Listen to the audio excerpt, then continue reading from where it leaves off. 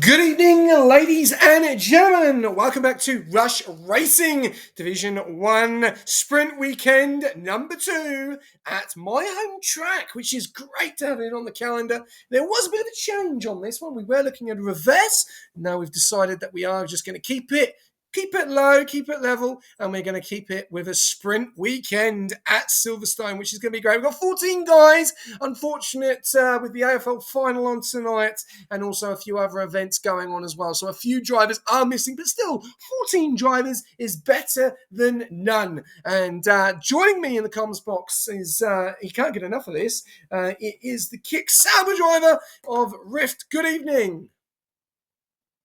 Thanks for having me again, FJ. It's good to be here. Yeah, it's good to have you here, mate. It's going to be a very, very interesting night, I reckon. Obviously, 4 of these guys are going to miss out. P9, P10, P11, P12, P13, P14 are not going to score points, only to 8. And then, obviously, every single person tonight, Rift, is going to score points in the feature.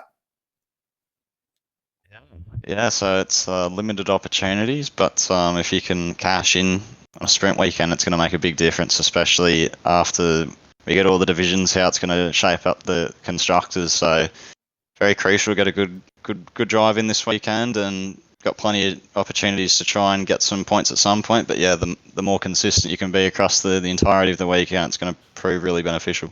Yeah, definitely. It is going to definitely prove beneficial. Definitely, 100%. Anyway, on that note, I'm going to jump over to a few things this week. So, last week, here are the race winners from Brazil round number 9. Division 1, we have Cambell in the V car. Division 2, Oblivion getting the win, getting it taken from Spry due to that penalty. Aben and Dynasty absolutely smashed it in Division 3 and Division 4, so great job for them, for the Aston Martins. VX Greedo in the Red Bull in Division 5, and Jackal in Division 6 in the McLaren. So fantastic week it was for those guys. And again for the double this week is Team of the Week, and it went to Aston Martin of Watanabe, which we will be jumping on board with probably either tomorrow or Division 3 or Division 4 or Division 5. We'll be jumping on board with an interview with him to see how he feels that Brazil went on. But on that note, let's get involved in some racing and Rift. What is going on in Silverstone at the moment? This week was a very controversial weekend, to say the least, but a few big winners. Ferrari, one of them. And they're actually the first out on track here. I believe Jono is going to be the first one to start a lap. And in the rain. So that definitely throws a spanner in the works. It's going to be interesting to see whether they go for the dry setup or whether it is going to be dry. If the sprint component is going to be in the wet. We're yet to see. We'll find out. But for the time being, you can definitely see some strategy with setups here and maybe sacrificing quali for gaining in the sprint, but it is only 6 laps, I believe, 6 to 8 laps around here, so maybe you just go all out in quali and just try and damage limitation and hold on in the race. Yeah, definitely. It's going to be very interesting, especially with those intermediates for quali. And one thing I do want to talk to you about before we do that, we'll just give a big shout out to Nishka. And just to let you know, guys, track selection now is at 80,000. So if you have 80,000 points, feel free to get your votes in. Remember, it's just track, not the round. So yes, remember, it has gone from 100 down to 80. I've given you a massive opportunity. But going into the sprints tonight and also the feature, obviously big names not making it tonight. Fat Cat in the Aston Martin.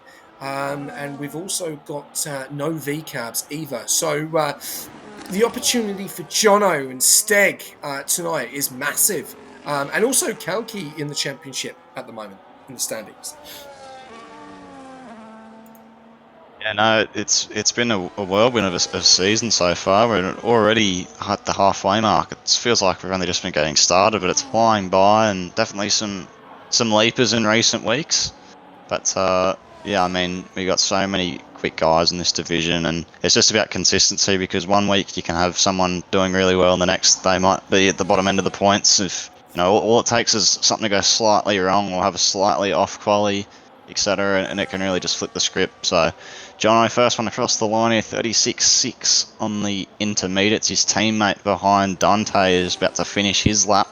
Rounds the final corner, you're absolutely struggling with the rears to get on the power. He goes even quicker at 36.4, 2 tenths clear, or a tenth and a half clear of his teammate. So, not a bad start for the Ferraris, but we're yet to see some others. I think Chandler now coming across the line, and that is provisional pole of 36.2, 2 tenths up on Dante.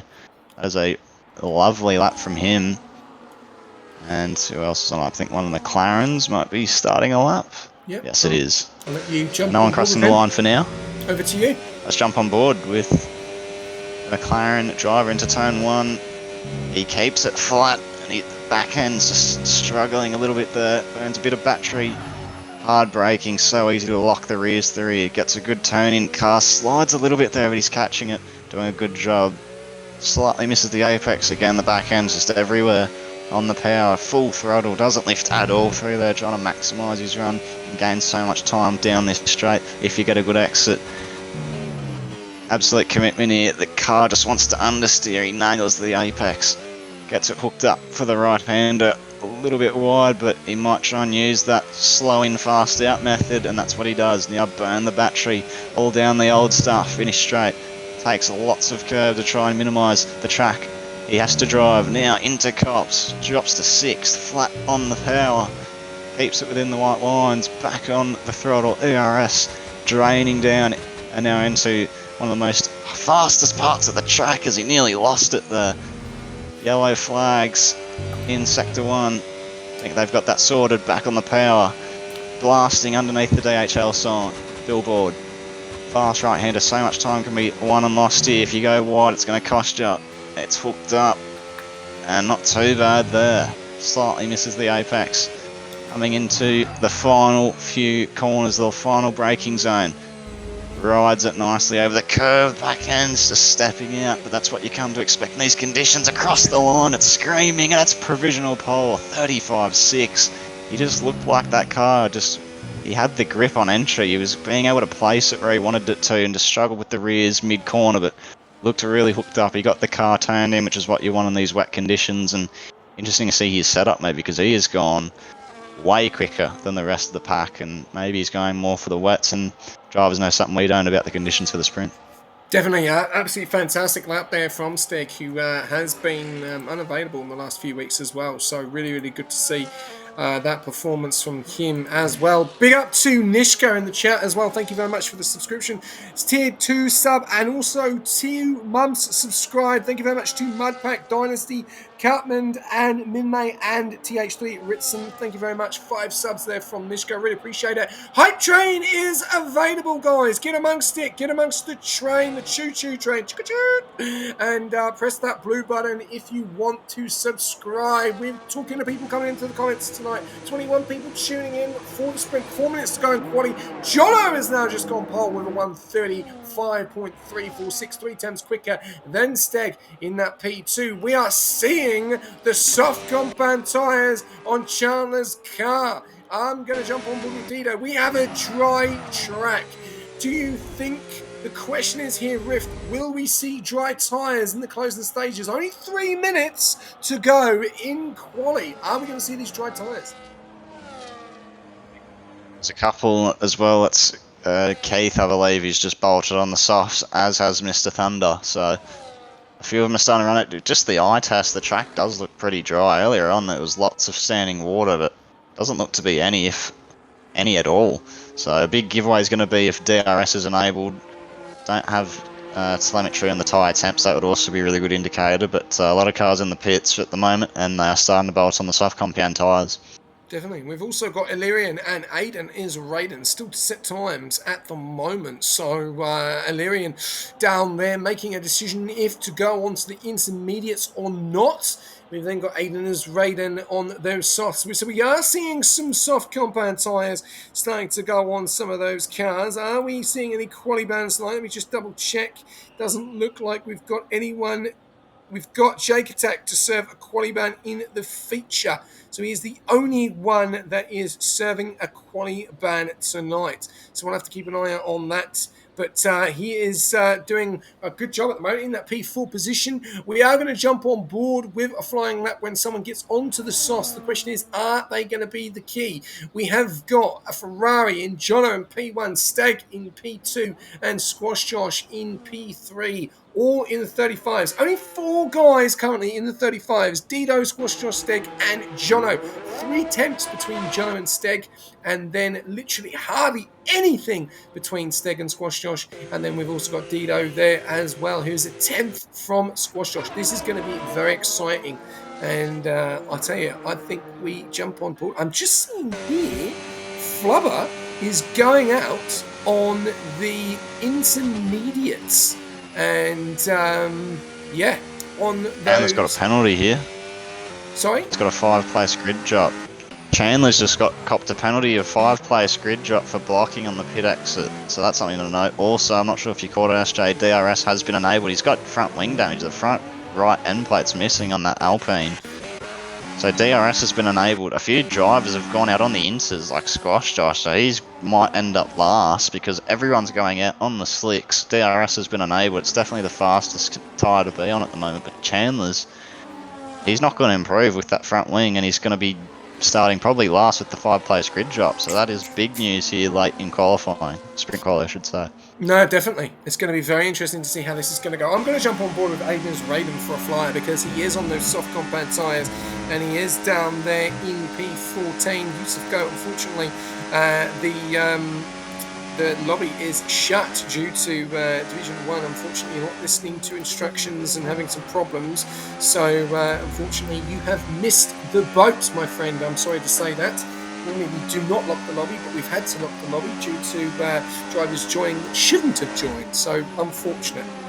So enjoy the rest of your evening, mate. And, yeah, enjoy the Singapore Grand Prix. And hopefully, we'll see you on the grid next week when we go over to Monza, which is going to be fantastic here as we're seeing Aiden's Raiden being overtaken by a few cars here. Only 2 guys still on the intermediates as well. Squash Josh has retired, he's called it. So we're going to jump on board with Aiden's Raiden. This could be pole for Aiden's Raiden. We'll have to wait and see. A lot of guys getting out the way here. He's about to start. Jumping on board with the Alpine. Here we go. Crossing the line, starting up his lap. Getting into 7th gear, doesn't get into 8th, a little bit of ERS burning into the first corner, then into gear number 2, turn 2, drop into 7th, all the way down into 3rd gear, riding the curve, getting a good exit, little bit slippery there, that's the question for those soft compound tyres. We are seeing Jono is pole for the time being. Will he stay pole position? That's the question. Now coming up the DRS at the hanger straight there. Fantastic. Keeping over to the left-hand side. It looks slippery. I'm not seeing, are we going to see an improvement on the time as well? We may not because Aiden's Raiden has not set a time. He is burning the ERS now at 77. Gets a little bit wide there. Then coming into, I'm trying to think, Cops. I'm trying to remember what the corners are here at Silverstone. I should know this. And Cops very nicely getting onto the curb, keeping within track limits. Now to Maggots and Beckett's. This is where this can make or break, keeping it very flat and very, very well done. And caressing those corners very nicely, keeping it within track limits. Now to DRS, coming all the way down into Stowe. How's he going to go here? 13% on that battery, up to 16% onto 5th gear. Keeping over to the left-hand side, keeping close to those track limits. Then coming into the last final corners, now getting it nicely onto the curb. We've seen Steg do a 29.1. What are we going to see from Aiden's Rain crossing the line? Goes P1 with a 29.712. And that's what happens, ladies and gentlemen, when you go last. Actually, he's been pipped to P2. Rift, what's happened there? Bit of drama for that pole position. Man, a bunch of drivers actually missed the checkered flag there. So the likes that were favourites, Jono, Chandler's, Flubber, those guys, they actually all missed the line. So you see all of them on the inters. But Dante, he's just had the best track conditions last across the line. A 3/10 gap to Aiden on the front row. I mean, that's just track evolution for you, isn't it? I mean, just get the best of the conditions. So did Aiden. That was a worldy lap. I thought he would have been clear for sure, but that is just incredible from Dante. Out of nowhere, last across the line, best of the track conditions. And I'm going to be interested to see the weather for this race, whether it is dry. Maybe running a dry setup was the way to go, because the end of the session did get dry and it's wet. So we could see some bit of snakes and ladders here, but wow, what a finish to sprint qualifying.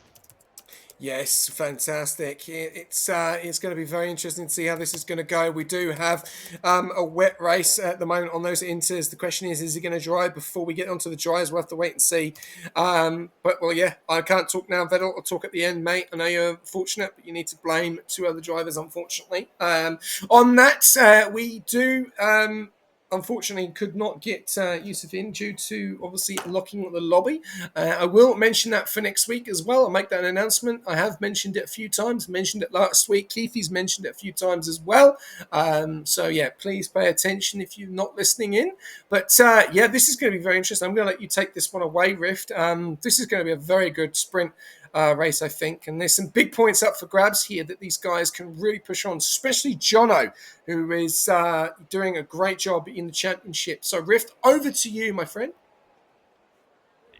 5 red lights. And we are underway for the sprint here in Silverstone. Typical Silverstone weather. Good start from Dante in the Ferrari. Poor start for Aiden. He's dropped to P4. Here goes Kalki, looking to make a move for the lead of this Sprint Grand Prix. Jono's gone wide. Up the inside goes Kalki, and the McLaren of Steg behind, looking to try and capitalise. Look at them side by side onto the back straight. Dante's going to have the inside. Got nowhere to go, holding his line off track. That'll be a warning for Kalki. Round the outside. What a move this will be. And the McLaren poised behind. He's gone a little bit deep. Can the McLaren? He shows the nose. Thinks better of it. Tucks back behind. Poor start for Aiden. Great start for Dante, but it's not done. Look at Steg showing the nose. Up the inside, down the old start finish straight. Burning that battery. See what he can do. The Sauber will hold on into Cops, but what a start. And it's going to be inters all the way by the looks of things here. 9 laps. Intermediate doesn't look like it will be drying up anytime soon.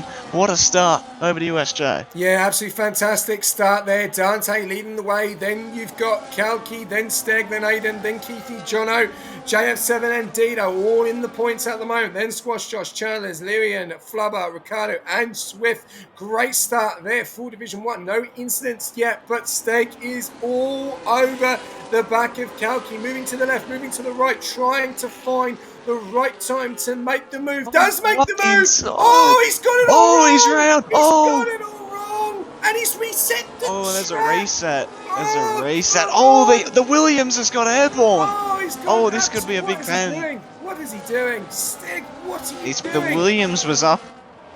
The Williams went up on 2 wheels on that inside sausage curb, and then the Alpine of Chandler's has been hit off track as well. The stewards are going to be very busy looking into that one because he sent it really late on the intermediates, wet track conditions. You're not going to have any grip there. Bit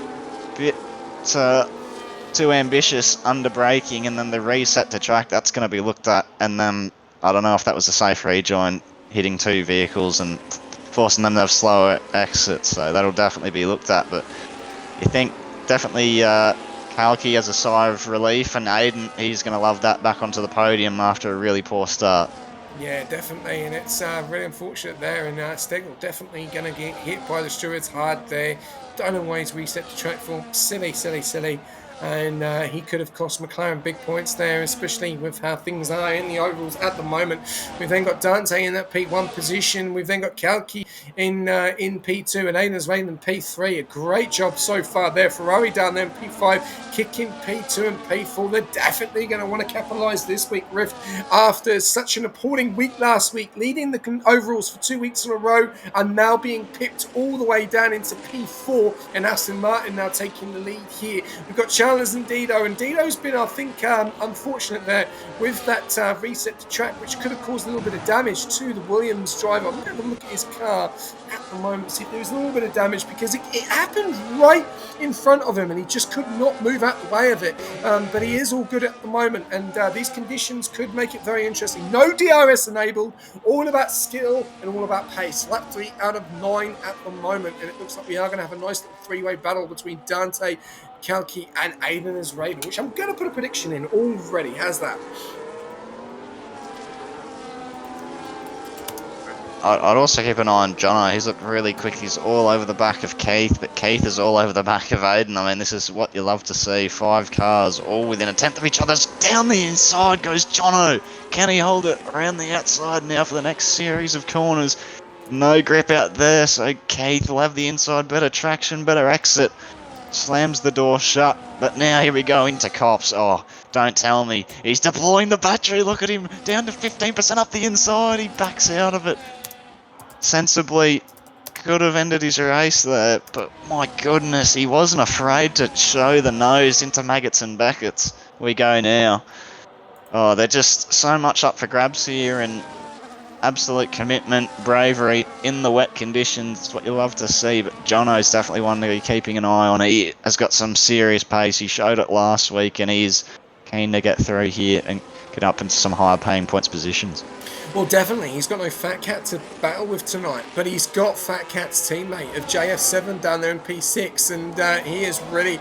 is he going to cause a bit of a problem for Jono tonight? He is right behind him, and... he gets a little bit squirrely. Sideways. Gets a bit squirrely. He's got Steg for comfort. Is Steg going to make a move going into turn number 1? No, he stays in with formation at the moment. We've just seen here that Aiden Azrael is falling back a little bit from Kalki and from Dante. So unless he's trying to save a little bit of ERS, we'll have to wait and see, because there is no DRS at all. So he is saving his battery. But he has got Keithy in that P4 position, trying to put the pressure on at the moment. I don't know which one's which at the moment, unfortunately. K1 or K2. Who's Kalki and who's Keithy? I've got no idea. I think Keith said he's K1 and Kalki's K2. Oh, so I'm not sure if that makes it any easier. I think Kalki is in the Sauber with the yellow tab on the top of the roll hoop, so that might be slightly easier to pick the two out. But K1, Keith is looking pretty quick, and Aiden, he's got a bit more battery in hand than what Keith does at the moment, but he's got way less than the Sauber in front of Calco, so I think he might be losing as DRS has been enabled. So now this could throw a spanner in the works. He's actually just dropped out of a DRS range, has Aiden, so he could be coming under some serious pressure. He's already got DRS enabled this lap, so here goes Keith with the DRS, thinks better of it, and we'll go around for another lap, entering lap number 5 as Calco within half a second of Dante. As we look further down the field, Staggy's all over the back of JD, who we saw last time around had a really big snap out of the last corner, as lap times are getting quicker and quicker. Yeah, and now Chandler's has a 36.8. We saw that in qualifying at one point. Just goes to show the track evolution here. Heading back over to USJ. Yeah, it definitely looks like here that the Alpine is struggling. 1.3 seconds behind one of the kick salvers. I don't know who it is tonight. I'm really confused. That doesn't help me at all, but we'll try and work it out soon.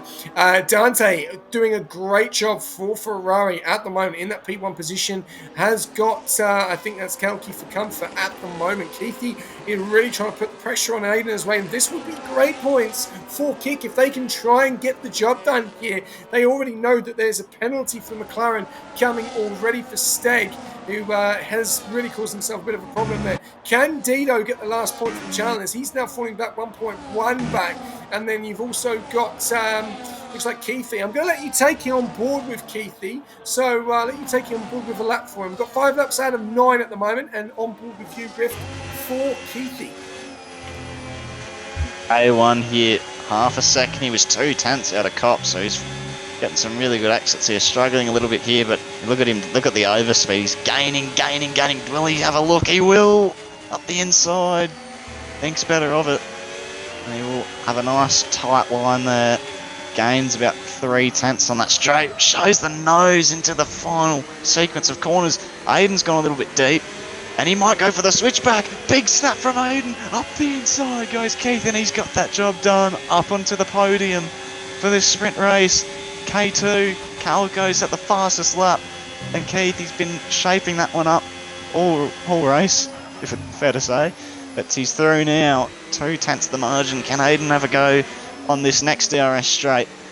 He does have a fair bit more battery in hand as the back end's everywhere. Track is drying out. Not a bad exit though for the Sauber driver. Here comes Aiden. What can he do?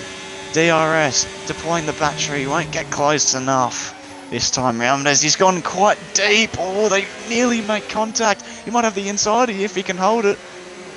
Keith holding it around the outside. He's going to get a better launch out of the corner. He does. A lot more battery for Aiden as well. As we go down towards Cup side by side. Oh, he's flipped over. Will he hold it up the inside? Yes, he has. Up back into P3 for Aiden. What a crucial move for him to make. He's been struggling to keep up with the top two, and that is a big move, getting back into the top three. Yeah, no, definitely. He was 1.2 seconds, and he's actually just pulled that in there. And we're seeing two of the guys deciding to make pit stops. Dido and Chandler's, they think the track is dry enough for those softs. And Aiden has made a fantastic move, but he's not going to give this up. 3 laps to go. We have got, obviously, Kalki is still going on. Oh, Aiden's in. And Aiden's gone in. Why? This is... I don't know. 3 laps to go. Stay on the inters. You turn the inters into softs anyway, don't you? Basically, that's a bit of a head scratcher. Well, they go to slicks anyway. That is a bit. I don't know. Yeah, that is a head scratching decision down at Alpine. I mean, you're pretty much guaranteed a top 4 worst case, and you've just thrown it away for 2 more laps of racing. They've done this before. Alpine have made this decision before. They did this with 2A. He had the chance of a sprint win and he pitted, and it didn't work for him. So, yeah, they've done it again. This is handed kick P2 and P3 with 2 laps remaining. And here look comes at this Jono around the outside. Does he get the move done? Oh, keeping it clean. And guess who is in the party again? This time, will he make the move stick? No, Steg doesn't. He is still under investigation. This is not what he wants, but this could cause more problems. Kalki and Keithy are in P2 and P3. Dante is still holding on to this P1 spot. The question is, are these intermediates going to go off, or is it going to be the softs that are going to cause problems? As you can see there, Chalmers is 15 seconds to number 1 Swift, and he's not even in the points. The question is, can Jono cause a problem? Can Steg cause a problem? Or is JF7 going to cause more problems? As here we go, Jono goes for the move towards Stowe, gets the job done, and he's up into P3. Are we going to see these guys pit though? No, these guys are going to the end rift. It's a mind-boggling call. I understand if you're in the bottom, outside the top 10, making the call to switch to slicks, but you're in P3, P4. I don't understand the thought process there. This is one of the, if not the longest pit stop on the calendar here around Silverstone. 3 laps to go at that point in time. You're not making that time back up. And like you said, these inters, they do kind of evolve and morph into slicks in a sense. So Chandler's goes fastest. Now Dido both on the soft compound tyres, but the 12 seconds off the back of the top 10. So that's when top 8's only the points available. Yeah, I don't know why they've gone for that, but look, each to their own, but they've thrown away some valuable points. Have Alpine and Sauber the big beneficiaries from that, and the Ferraris. Also, McLaren Steg probably going to be disqualified for that reset, but his teammate Illyrian is in the top 7, and he'll probably be bumped up to 6th if Steg is kicked out. So not a bad result for McLaren considering what's happened and how it was looking early on, but yeah, big leapers from that are definitely Ferrari and Sauber in P1 and P3 and P2 and P4. Yeah, definitely. And the thing is with the overall so close with Ferrari, Kick and Aston and Mercedes getting involved in that as well. You do not want to be making these mistakes, and I think, to be honest with you, this is a big mistake.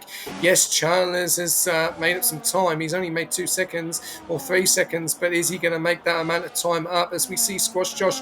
Oh, Red Bull's got damage. Oh, there's an incident between Squash Josh and Illyrian there on lap number 9.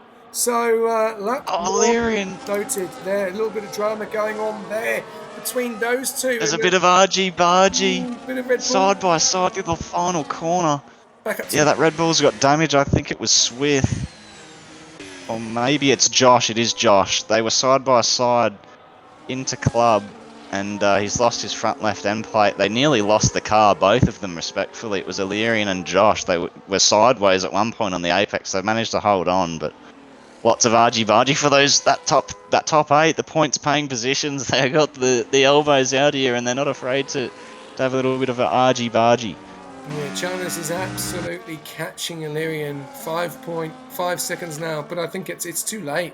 These guys have done an absolute master. They've decided not to pit. They've decided to stay on those intermediates, even though the track is dry. Could still be a little bit damp in some areas. And Dante has pulled the gap to Kalki in that P2 position. Great points for Kalki, great points for Jono. Ferrari will be over the moon, so will Kick. This is big points.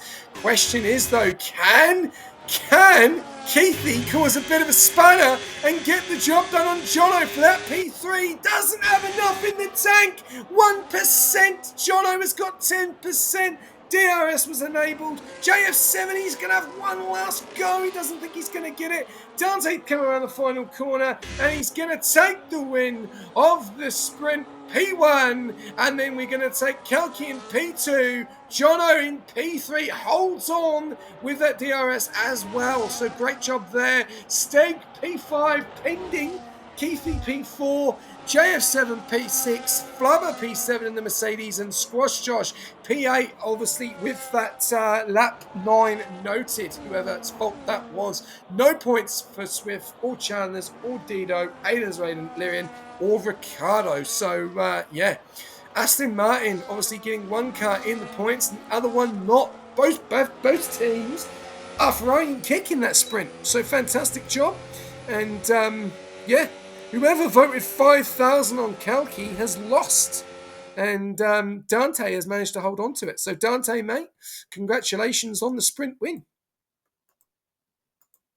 Yeah, and another job I'd like to mention is Flubber. What a drive from him from 12th to 7th. He was in all sorts in qualifying and the start of this race, but just kept it out of trouble, and he finds himself in the points starting at the back. So Mercedes, they'll be really happy with that. But yeah, it's a valuable couple of points for him. But yeah, we've still got the race to go. But yeah, Sauber and Ferrari, that's a big sprint for them. They'll be really happy and really confident heading into the main quali and feature race. But yeah, Aston Martin and McLaren, they'll be, and Alpine for that matter as well, they'll be back to the drawing board. That decision for the strategy is really questionable. I don't hate it for Chandler's, because he was already scrapping in that 8th to 11th battle. And at his point, why not? If you don't feel like you got the pace on the instant, then maybe try something. But yeah, when you got a driver in the top 3, top 4, I really didn't understand the logic behind that one. But it's a new session and new opportunities, so see what they can do here in qualifying. But yeah, great start for the Ferraris and Saubers. Yeah, no, absolutely fantastic start. And we have dry conditions going into the feature. And this is the main one. This is the business. This is where you get the maximum points. And I'm going to have to go because I've got to get a drink quickly. And I'll let you take away a quali. But who do you want to jump on board with? I'll wait until someone comes out and then we'll jump on board with them for a flying lap. But yeah, what was your thoughts to that sprint race? That was quite interesting, wasn't it? Especially at the front with the kicks and the Ferraris. Yeah, for a relatively short sprint, there was a lot that happened and went on. We saw some bold moves. It saw great wet weather racing and a few crashes as well. So definitely a bit of drama and a bit of action. But no, it was really good. Great racing for the most part. Yeah, there's a few incidents there that the stewards will have to take a look at. But overall, you can't complain with a start to the weekend like that. And now the sun's coming out in Silverstone. It was still pretty overcast, but there's a little bit of sun on the track. The car is looking good, and interesting to see is Chandler's first car out on track for qualifying. 16 minutes 40 to go. And yeah, I'm sure interested as well to see the weather for the race. We don't have the telemetry, of course. The drivers and team principals will know.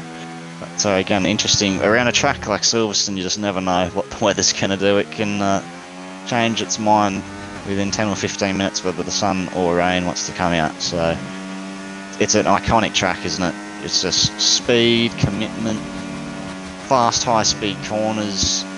Really got to have the car really dialed up and hooked up for that middle sector, especially through Maggots and Beckett. So much time can be found and lost running on board with Chandler's here just on his outlap.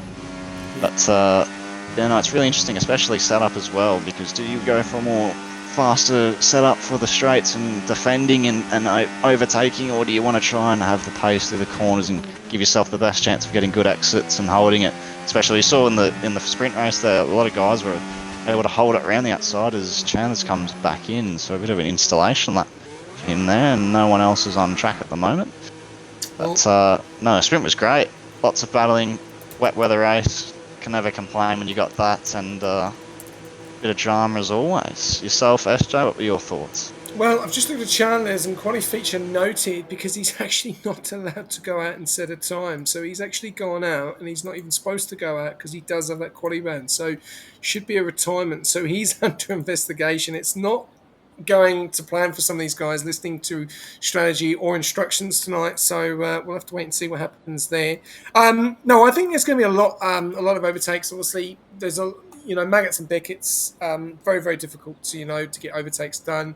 You have to really, really follow, but especially down that sector 3, down that last main straight, that's probably where you're going to see most of the overtakes as well. And there's a few technical corners, and I think it's going to be fast. It's a fast track, 100%. And the pit lane strategy is going to be very key. And as we know, you cannot quit pit on the last lap, otherwise you will be DSQ'd. So with that little bit of a glitch in there, hopefully no one does it.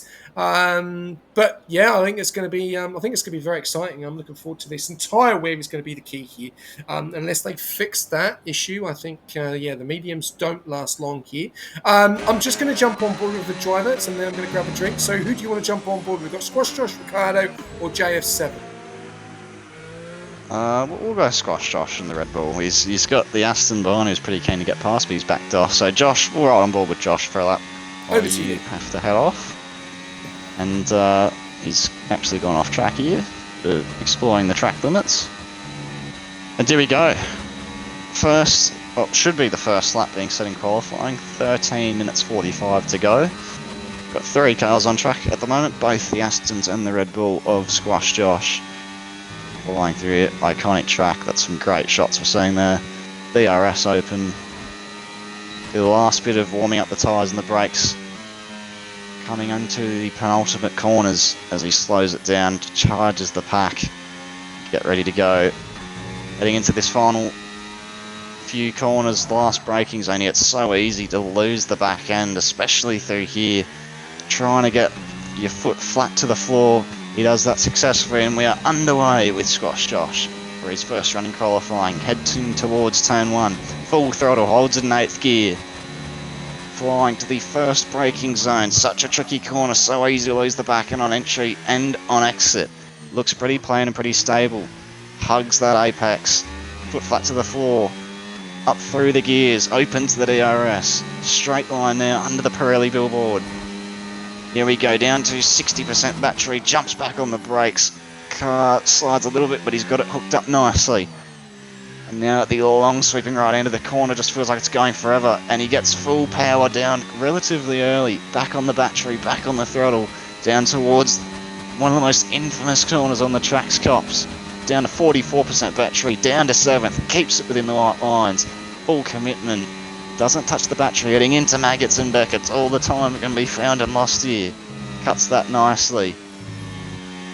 Down to 5th gear, back full throttle, back on the power, back on the DRS. Takes a pretty tight line there, coming out of Maggots and Beckett's. Down to 10% up the hill, right-hander, down to 5th gear. Back on the power. It's so easy to go a bit wide and drift out of track limits, keeps it within the white lines. Gets it stopped relatively well, takes a bit of curb. Misses the big sausage curb, more importantly, back on the power, flat around the last corner, across the line. It is a 25.9. Not a bad banker at all, as now we'll see the Aston Martins come through. JD does a 26.2, 3/10 off the pace. Ricardo crossed the line, and he does a 29.2. That is an absolutely incredible banker from Josh. 3/10 clear of JD, Mr. Thunder. Next car starting run is Dido. I think we still will be on board though, as SJ said, with Squash Josh. So for the time being, you'll be happy with that lap. You cannot complain at all. Relatively, looked pretty, based off the eye test, looked really hooked up, looked really nice. And yeah, go back in, assess the data and the the sector splits compared to the other drivers, but someone who struggled in sprint quali and in the sprint race, that's a good start for Josh. Just get the confidence up and you're out, and try and build upon it from there. You got the big race, big points to come up soon as he gets off track for, that is the Aston Martin, who's already set a lap and will be heading back to the pit lane. Maybe Ricciardo is going again. No, he's not. That wasn't Ricciardo. So just about to hit the 10-minute marker remaining in regular qualifying around Silverstone. As Dido, he is off in the background there behind Squash Josh. He is about to finish a lap. Coming into the final sector, Josh has entered the pit lane, and I'll just tell you what's going on with Dido. Through the final few corners, goes a little bit deep. Has the car hooked up, bit of a slide there, didn't look too nice, or hooked up out of the last few corners, and it will be P2, 2/10 off of Squash Josh. So, not terrible bankers that these guys are setting. There we are. Thanks, Rift. And I think SJ is back. Okay, I am. Yes, he's back. There we are. Thank you very much. Appreciate that. Got me refreshments. But yeah, Squash Josh, 21.5.943 taking pole position. Here's Red Bull teammate of number one Swift going into P2. 26.185. Bit of a difference there between the two at the moment. Are we going to see anyone into 24s? We'll have to wait and see. I don't think we will, but we could put out a prediction. We'll see. 9 minutes to go. What was noted? Just curious, SJ, if they don't set a lap, it doesn't affect the outcome. Is it worth reviewing? Because I've had guys tell me your race setup doesn't save if you retire in the pits. Just some understanding behind the ruling, please, mate. Yes, you can set up your time. You set up your lap, but due to obviously the new ruling, you are not allowed to go on to track if you have a quali ban. It is not permitted. It does stay in the rules. So it was noted in quali. I'll cash in all my points right now if you drop track selection for 61k. No, keeper. I've already taken 20,000 off from 100 down to 80, so unfortunately not. Oh my god, the ad's going on track with quali ban. Inters. He hasn't set a time, so he's all good. He's DSQ'd anyway. No, not necessarily. But I think, yeah, he could be, but we'll have to wait and see what happens there. I'm not going to say anything at the moment because I don't know. They go out and then go back in to save their setup. Yes, but you're still not allowed, you're still not permitted to go out on track. It isn't the rules. It was brought in this season. So, yeah, a few issues there. So, guys, feel free to just refer back to the rules or ask your TP, and they should have all the information for you. You cannot set a time or go out on track if you have a quali ban. If you are setting a time on the wrong format tyre, you will be penalised as well. Only soft tyres on a soft track, and same with mediums. So there you go. Hope that clears it all up. Then they would be forced to go to a default setup. Not necessarily, no, because you can load your setup and retire at the same time. Rule state have to retire immediately. Yes, that's correct. If there is a problem and you can't set up your time or do your setup when you're in the pits without going to track, then obviously that's something that we need to look at going into season 10. But as far as I'm aware, and I don't know if you know this, Rift, you can still save your setup or load your setup and still retire at the same time. I don't know. I wasn't aware of that, but there you go. I've explained it.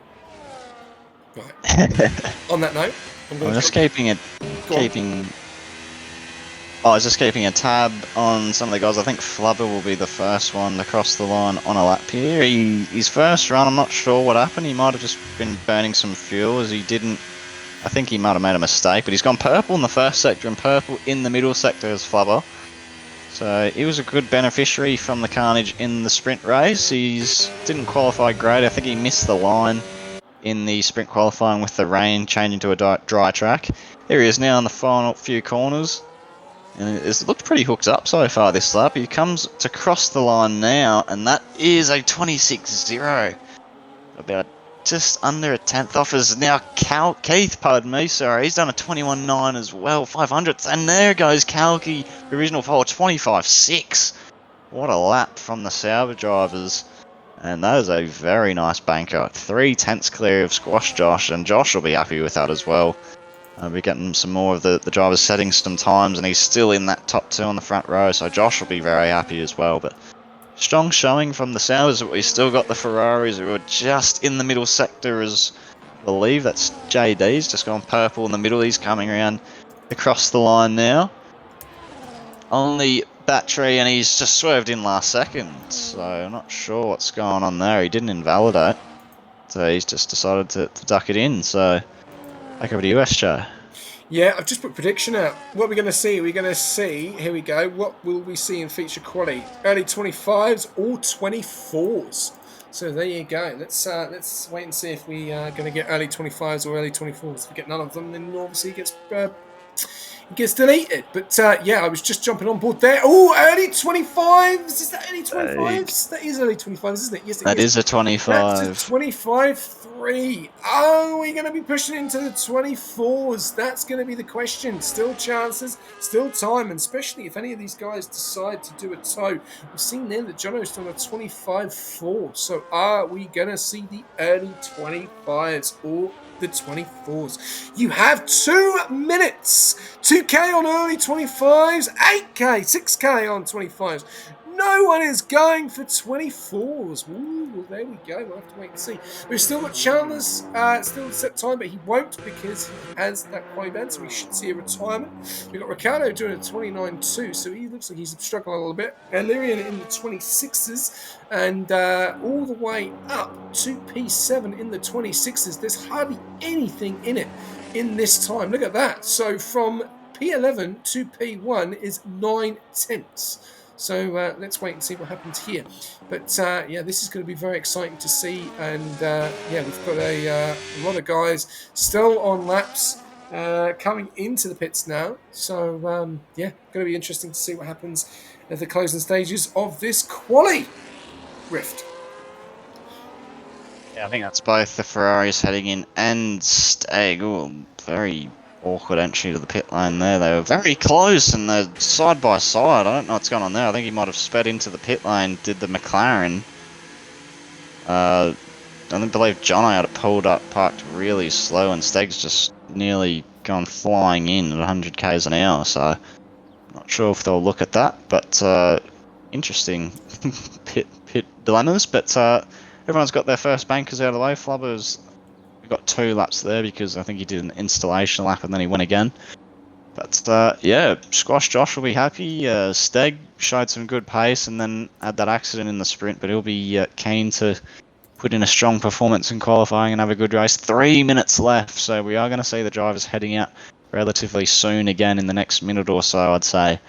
But the Ferraris, they look quick, don't they? They're just consistently at the top. The Saubers, it's a great battle we're having here. The red versus the lime green, who's going to come out on top. But I'm really enjoying that battle between those 2 constructors. They've been very quick, and then Steg obviously showing pace. Josh had a good lap, and Flubber, what can he do? Can he find the pieces? And a 10th for him puts him up another 2 rows. So it's going to be really interesting. Like you said, SJ, there's not a big gap between pole and P11, 9 tenths, and in between them, a 10th can gain them or jump them about 2 positions relatively each. So yeah, 25-3, that's what they'll all be chasing. That is both the McLarens who just came in are heading back out again, as is the Aston Martin and the Saubers, and now look like they're heading out as well. So 2 minutes 10 is the time remaining.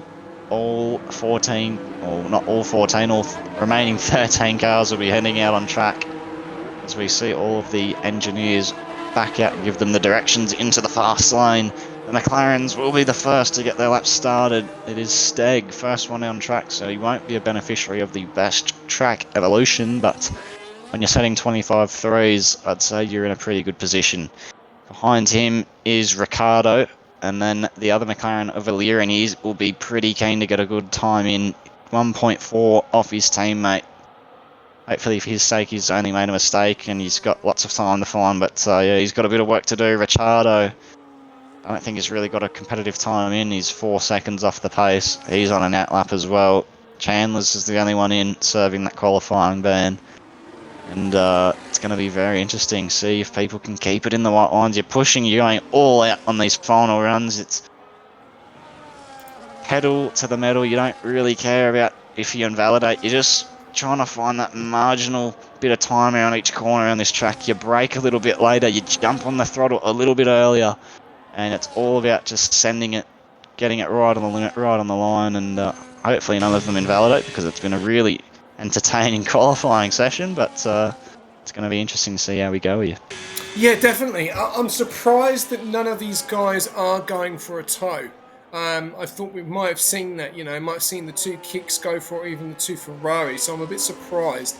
I think they probably aren't going to get into the 24s, I would say. We've got 16k on 25s and 7.1 on 24s, so these guys are feeling pretty confident. So we'll have to wait and see here. We've got we'll jump on board with Kalki. Kalki's been on fire at the moment. So here we go, coming down into turn number 1, 79% on the ERS, all the way onto the 100, onto the 50, getting onto the curb. Are we going to see an improvement from the kick?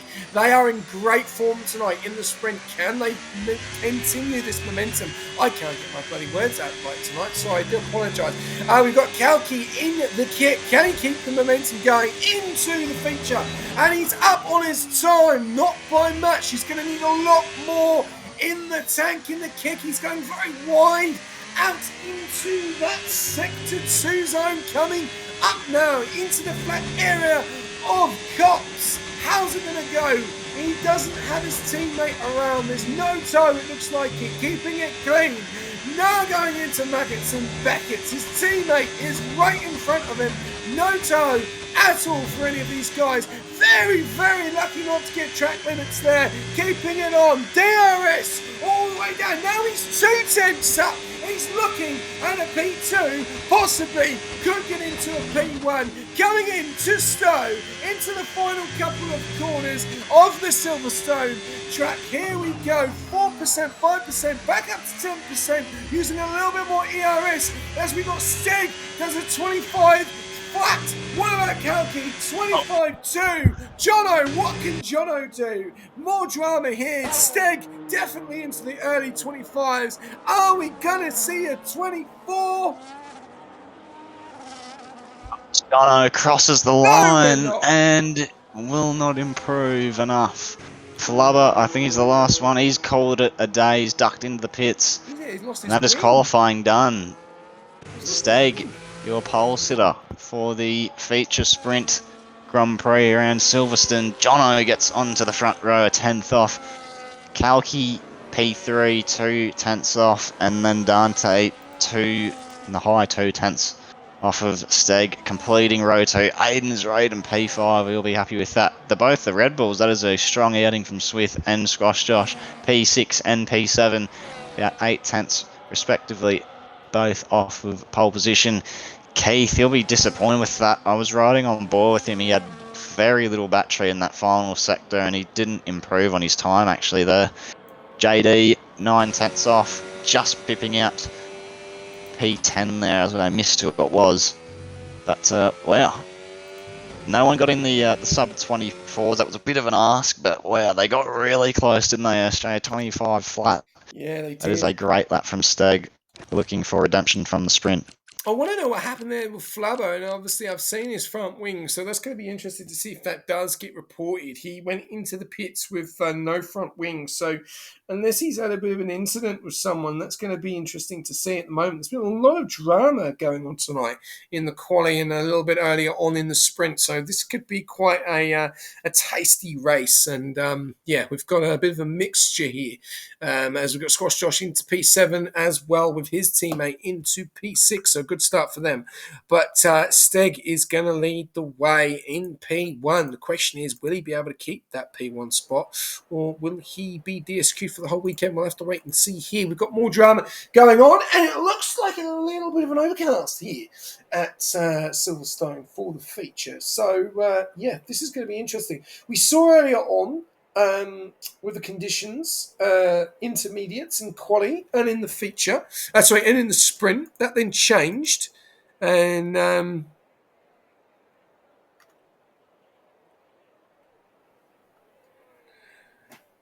There, Australia. Sorry, I just got a message. I'm just monitoring that. Okay, Take over for the time being. We'll see how we go. Got a bit of cloud cover here.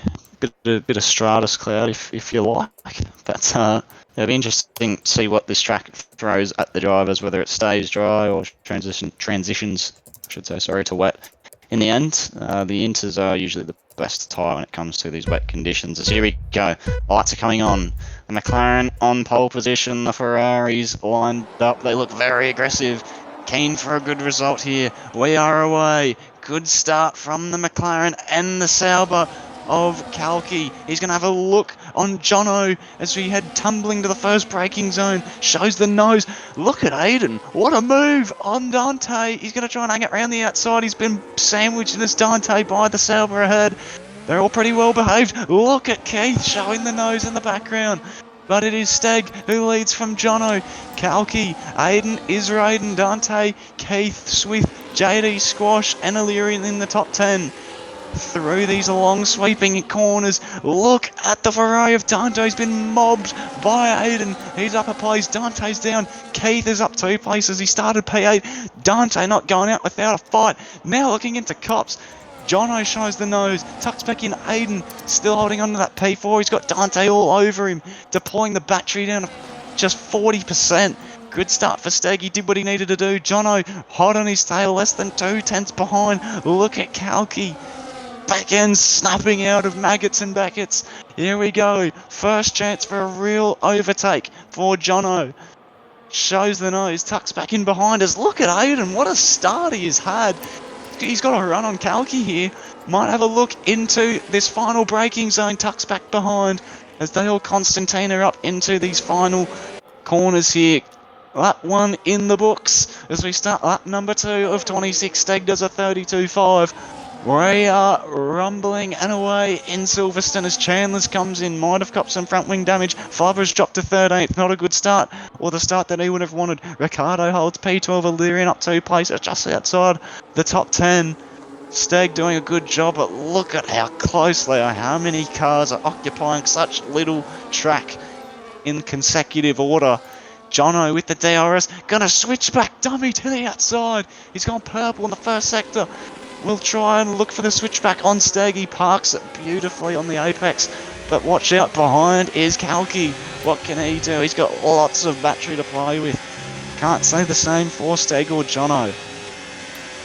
Yeah, definitely a great start there from the front 3, and probably most of all. There's been a lot of issues. There was an issue early on with Flubber that got noted. We also then had a reset to track as well. Not a reset to track, a track rejoin there. But now this is all about the DRS. Jono will take the lead, should do take the lead. Going into Stowe, Steg is going to defend that. Jono goes round the outside. Does he get the move done? Yes, he does. Up into P1. And there you go. Steg has lost out that position into P2 now. Jono into P1. Kalki into P3. We then got Aiden's way in P4. Dante P5. Keithy in P6. Swift in P7. JF7 in P8. Squash Josh in P8. Dino in P10. Lyrian in P11. Ricardo in P12. Flubber in P13. And Chandler's down there in P14. 29 seconds back from the pack. But here we go. Kalki and Steg now. Amos Raiden. It is a big DRS train from P1 all the way down to P10. Yeah, and it doesn't look like it's going to be going away anytime soon. Look at the ground that the McLaren has got under braking. Likewise for Kalki. They're just gaining so much time under the brakes. Braking zone, I should say, sorry. But yeah, this DRS train, it's not going anywhere. We've got P1 essentially down to P11, the entire points paying positions, as Jono, he might have burned a bit there to try and pull away. As look at Kalki all over the back of that McLaren. Through Maggots and Beckett's. Can you follow through here? That's the real question. He's got no worries at all, does the Sauber driver. But the McLaren is a very good exit. That is a beautiful exit. He's reeled in a couple of attempts just in the straight alone. He's trying to weave to break that slipstream effect. Aiden as well, he's showing the nose and just saying, hey, I'm still here as well, don't forget about me. As we come through into the final sequence of corners, it's the Ferrari still leads from the McLaren, the Sauber, the Alpine, the Ferrari and the other Sauber. Not a bad start for the Red Bulls as well. Smith, he has lost a position, as has Josh, but both in the top 10. That's valuable points for those guys. They'll be happy. And Aiden is rating. His teammate must have been caught up in a bit of a kerfuffle on lap 1, but he's flying the flag, holding his own when he's got a bunch of teammates surrounding him, but he's doing a good job. Back onto the hanger straight now. Keep an eye on Swift, though, because he's on those hards. And he's staying with the pack, and he's in a real good position because he's in the DRS here. So keep an eye on him because he will jump these guys. But the question is how many more laps can he go? Because we know this is the longest pit lane straight or pit lane entry in the whole calendar. So it's going to be very exciting to see how it's going to work there as Squash Josh loses out to Dido. And Dido, they're going to go side by side into Cops, and Dino comes out on the best exit there, and Josh drops down into P10. That could have been very interesting. Great little battle there between the Williams and the Red Bull driver. Back up to the front though, Aiden's Raiden is ready to pounce. If Kalki doesn't get a move on and start making a decision to get onto the back of Steg, because Jono has actually kept the lead going on to lap 5 at the moment, and Steg has not got the job done. 59%, 64, Kalki 94, and Aiden's Raiden on those 70%. So far, this is a nice little DRS train we're seeing here. And when we're going to see some moves, that's going to be the question, because Steg has not got the move done. Dante's getting a lot closer to Aiden's Raiden, and Aiden's Raiden was getting closer to Kalki as well. So it's going to be very interesting to see how we're going to go. Jono's trying to break the exit there from Jono, from Steg, but he can't at the moment. 6 attempts, and then he's going to pull him back in with the DRS as well. So you can see there Steg is trying to get out of the slipstream of Kalki as well. It's trying to be clever there. The question is, I'm still looking on board with number 1 Swift. 4 laps on those hards, and he's still in that DRS. If you start to see him move up the standings tonight, then he could be up for a really, really good finish in this race. Just in case we do have rain, because those clouds, they're looking a little bit casty. Something I've noticed here, that's, I believe, Kalki. That's his second time off on the exit of Cups there. So he needs to be careful. I'm not sure if he's been pinged for 2 warnings or whether he's just got the 1, but he's definitely gone all 4 wheels off the track twice there now in these first 5 laps. So start watching out for penalties. They could play a big factor in this. Maybe the tyres are going off, starting to have a little bit less grip, struggling to keep up in the DRS of Steg in front. But I mean, just look at how many cars are just occupying such little amount of track. I'm so surprised we haven't seen a big accident yet, because they're just so close. But it's one of those positions where you might have the pace to overtake the car in front, but you can't do it without maybe hitting the car in front of them when you're going for a move. So they're just all following along for the time being. I'm going to be interested to see a strategy, because a lot of these guys are teammates, so they're going to have to, especially the Ferraris and the Saubers, one's going to have to sacrifice their race or their stint in the short term for the other to not have to double stack and really ruin their race. So I don't know if you'd go for the undercut, because I know around a track like Silverstone, in my own personal experience, the DRS is very powerful. You've got 3 DRS zones around a track like this, and the 2, but they are very powerful and very long straights. And it can be hard to get an undercut, or for the undercut to be effective, and the overcut isn't the worst way to go about it, but it is the longest pit stop on the calendar. So it's going to be interesting to see as Steggy's starting to lose touch with Jono, and Kalki is all over him. He's out of DRS, or he's just caught it, has he, the McLaren driver. So he lives to fight another day. He'll try and get back in there. So I'll let you go, SJ. Yeah, just caught that DRS there. He was looking to lose that with 20 laps to go of this race, and he's just caught it. I honestly thought that was game over. He is definitely playing a danger zone here. Look at that, 8 attempts. If he gets 1 bad exit, he has lost the DRS. Jono is pushing. He has said Silverstone is not a fan favourite of his, but he is pushing. He knows that he's got to get the win here. He's got to push it in. He came runner-up last season, Rift, and he wants that win. He wants that championship. And at the moment, he is looking comfortably here, very comfortable. The question is, though, Steger's bringing that back in. He's bringing that back in to now 4 tenths. So we thought that he's lost it. He's playing with us, and he's now 5.5 tenths in with that DRS, and who looks like who is ready to pounce. We're just going to jump on board with Steg for this overtake. As we can see, Jono really slowing down, trying to save a little bit of battery, but I think this is it here. And the question is here, Steg's going to be very careful. Kalki's going to be very careful because he could lose the DRS very, very soon. Down the... Oh, he's in the grass. He's made a bit of a mistake there, and Jono fights another day. Here comes Kalki. Is going to go off the for a inside. move on the left-hand side, gets the job done, and Steg has left this Steg's section. DC. So if we can get him back disconnected. in, that would be amazing, Rift. Aiden's got to get through really quick here. He does. I think he might have lost out on DRS. That's really going to screw over Dante. He's going to have to try and go around the outside. He'll get the inside for the final corner. And that is key through, so that is devastating for Steg. He hasn't put a foot wrong, and he's got some connection issues there. I do not have him as a friend. I don't think so, no. Message him and get him an invite if you can. That would be great, because I don't. And yeah, no worries. Change the stream. Yeah, that's all good. I'll see what I can do. Awesome. I'll let Rift sort that out. That is really unfortunate for Steg, dropping down all the way down into P8. Absolute connections. Don't fight. So we'll have to wait and see what happens. But yeah, we're going to go back to Jono. And then we've also got Kalki in P2. Aiden's Raiden now has nearly lost the DRS due to that issue with Steg's issue there. So we'll have to wait and see what happens. And we'll have to wait and see what happens here, because Aiden's Raiden is really trying to hold on. If he doesn't hold on, then Dante's going to grab him. And this is the question: when someone desyncs or has issues or problems, then we will have to wait and see what happens. Has he got the DRS? No, he hasn't. And Dante is about to pounce and try and get the move done. We've got moves happening here as Steg is dropping down like a stone.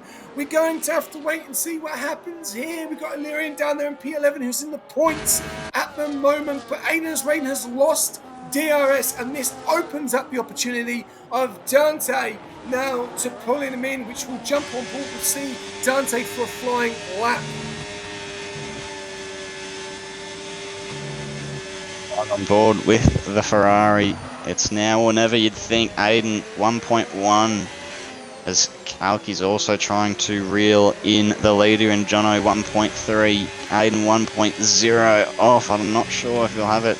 Doesn't look like he does. He doesn't. Here comes Dante now. Only 20% battery in the pack. He's got a little bit more than Aiden does for the time being. Thinks better of it. Recharge the pack and have a go on the next DRS zone. But Aiden is getting ever closer and closer to Kalki. 500ths off of that DRS. Now it's a 10th. Jono still leads 1.2 to second place in Kalki. Aiden 1.1. Dante half a second. Keith behind, he's also within the DRS, and he's got Swift on those hards. They're going to be starting to come into their own now, as Keith might lose DRS here. He's just lost it to Dante. Through the detection point, he would have had it though. Dante has the DRS. Not enough battery though to shape a move up. He shows the inside brake, getting out of that hot air, following that car behind all race long, and he thinks better of it. So good pace from Aiden is Raiden for the moment. But Dante just can't get past, and Swift is one to watch out for. You mentioned SJ. On those harder compound tyres, 10 laps in, 16 to go. These medium runners, I'd say they should be diving it in any lap now. Yeah. But, yeah, wow. We've got a lot of battling going on all over the shop. I'll hand over to you, SJ. I'm surprised Dante hasn't got the move done on Aiden's Raiden there. He's done a fantastic job. We've got Steg down there in P10. Hopefully, did you get him back in? He said he's not joining back. He says he wants to give everyone a chance. I'll put it politely, but he said he's not joining back, and he'll be back next week. He's just said so. Steg will not return for the remainder of this Grand Prix. Okay. Okay. All good. Could be good if he would have retired, so it doesn't retire in the pits. So it doesn't leave an AI on track for the rest of the guys. But yeah, that would have been good if he could have done that for us. So if you could ask him if he could do that, that would have been great. If he could just retire in the pits. If he can jump Let in him know. to retire, because then there's an AI on track. But while Rift's doing that, we've got Jono in P1. We've got Kalki in P2. Aiden's Raiden in P3. Aiden's Raiden still not in the DRS at the moment, and he's under pressure from Dante, who is ready to pass. And Dante comes in. He goes for a dummy, and he goes in to the pits on lap 10 out of 26, and he's gone in the same as Kalki. Jono continues on. A good little move there from Ferrari. A little bit of a domino there, and we've got number one Swift now up into P3 on those hards. And yeah, we've got Kalki on those mediums as well. I reckon that number one Swift will pull away here. He's on a better tyre. Anything can happen in this race. 11 laps out of 26. I'm going to see if we're going to put a safety car. I'll try it, see if if it happens. Will we see a safety car? Yes. No. There we go. So 5 minutes. There you go. There's your prediction, ladies and gentlemen. 5 minutes of prediction. And there you go. Will we see a safety car? Yes or no? And look who has pitted and who hasn't. Top 5 have not pitted. And Steg has not pitted either, who is in AI. Who would That's a big move for Kalki. Kalki's just got past Dido, who's also stopped a car between himself and Dante, so that's a big move for the Sauber driver. His teammate Keith has stayed out, as has Flubber, Swift on those hards. Aiden is red, and Jono. You'd expect those other medium runners to be bringing it in this lap. See how the undercut fares. It's an interesting one around Silverstone. Like we said, that DRS is so powerful, and sometimes it can negate the effect of the undercut, but brand new hards, they're going to feel beautiful to drive on for these guys, as K2 is the first of the hard runners, pardon me, the fresh hard runners I should say, as Dito's keeping up here with him, but it's valuable having a car between himself and the other Ferrari. Championship rivalry, as all the front guys are in except for Swift on those hards, and that is Dante through. Opportunistic move, that is very well done by him. Not your ideal overtaking spot, but he's got the job done. And he has got 9/10 gap to the Sauber, as Jono will come out in the lead of this race. What is the gap after the Deltas reset here? Keith, he's come out way back when in P8, so hopefully he can find some time on those brand new hards. Jono still in the lead, 2 seconds the margin, so he's actually gained a bit of time staying out longer. And maybe about, what, half a second or so. So, Ferrari, everything's going their way at the moment. Dante in the DRS and reeling in. Kalki, Keith, not what he would have wanted. He's come out way behind where he was in that top 4 position. Yeah. But yeah, Swift still good to go. He's 17.5 seconds clear of Jono, the net race leader. And Kalki's doing his best to keep the one Ferrari behind and catch one in front of him. Yeah, it looks like Keefe has really lost out there, down there in P8, and his teammate gets into P3, and he's got Dante for company right in that DRS as well. So Dante doing a great job. Ferrari's doing phenomenal in Silverstone tonight. Swift going again. He is obviously either going to be looking for the softs at the end, which could be interesting. I reckon those hards, they will go a distance, but how long will they go? That'll be the question there. 13 laps at the 12 laps on those hards. Yeah, we'll have to wait and see. But the time is ticking. Time is ticking quickly. 16 seconds between Jono and Swift at the moment. Jono in control. 1.4 second gap between him and Kalki. Dante in the DRS. Dino in the DRS. JS7 in the DRS. Aiden is rated in the DRS. And Dino, I think, is the one that has done the best here. He has pitted. He's on 5 lap hards, and he is in P5, making up 6 positions. So a fantastic drive from the Division 2 driver. tonight. So yeah, that's gonna be. Can he hold on? That's gonna be the question. If he can stay within the DRS of Dante, then Dante can pull him along with Kalki, and yeah, we could see a nice little battle. But the question is, JF7 is right there, and he's waiting for the move, and he's on the 4 laps. So there's not much between Dido and JF7, and behind them is Aiden's Raiden, and we've seen how quick he has been tonight. So yeah, going to be interesting to see. But Jono is definitely pulling that gap in. It's now 14.4 seconds to number 1 Swiftdrift. Something else tonight. Kalki actually gained half a second this lap alone. He was slowly dropping Dante, but he's just held it within that second gap. But it's back out to 8 tenths now. So he went purple in the middle sector, the Sauber driver of Kalki. Jono's on a 28.1. That is a blistering lap time there. So he's just trying to apply the pressure. We look behind. That is an Aston off. Up the inside goes Dido into turn number 1. What a move. Aiden is Raiden looking to pick up the pieces here. He goes up the inside into the first braking zone, the first sector. He's got the Aston Martin behind him in his mirrors. And now can he have a look on Dido? Both of them don't have much battery to play with. The Aston Martin has been just tag team there.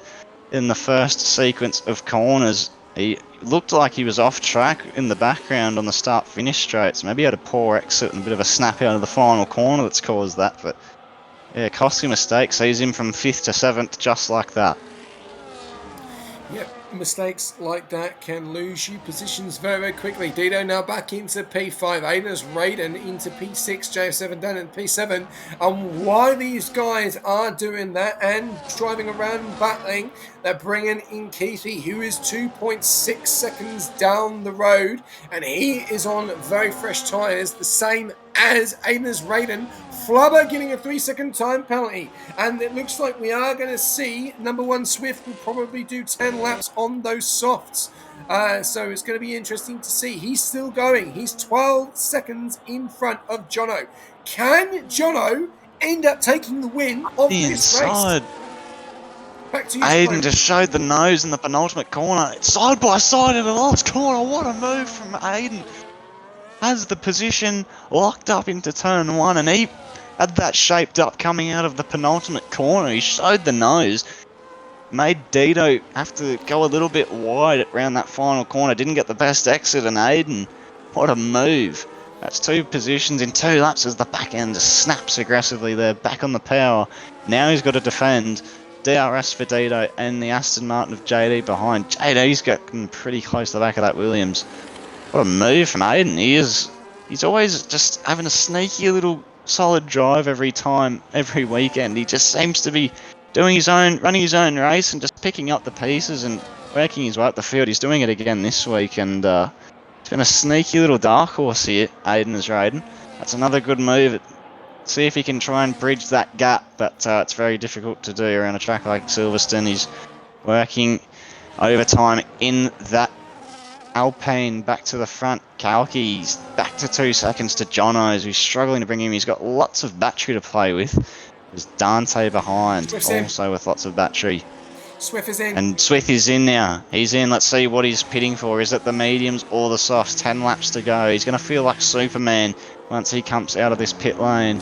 And it will be the mediums. The softs are a little bit dodgy in race runs, but he'll come out now. He doesn't have to worry about tyre saving at all. He can just go pedal to the metal. Doesn't have to worry about going conservative. He can just give it his all. He might come out just behind his teammate Josh here.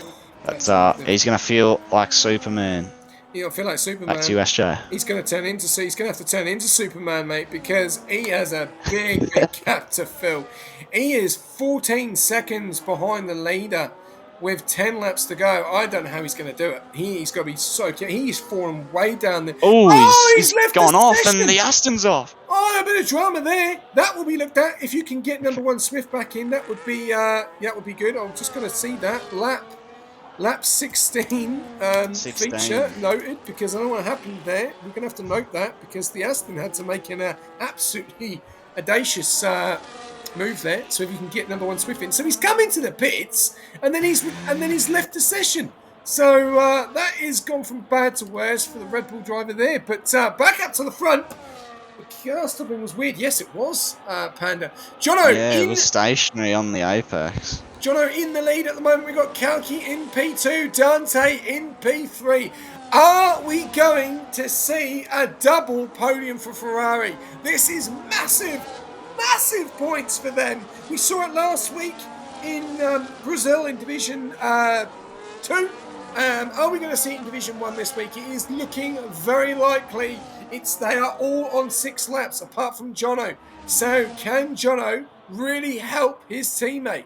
Dante is in the DRS of Kalki. Aines Raiden is 3.7 seconds down the road on the same tyre strategy as Jono.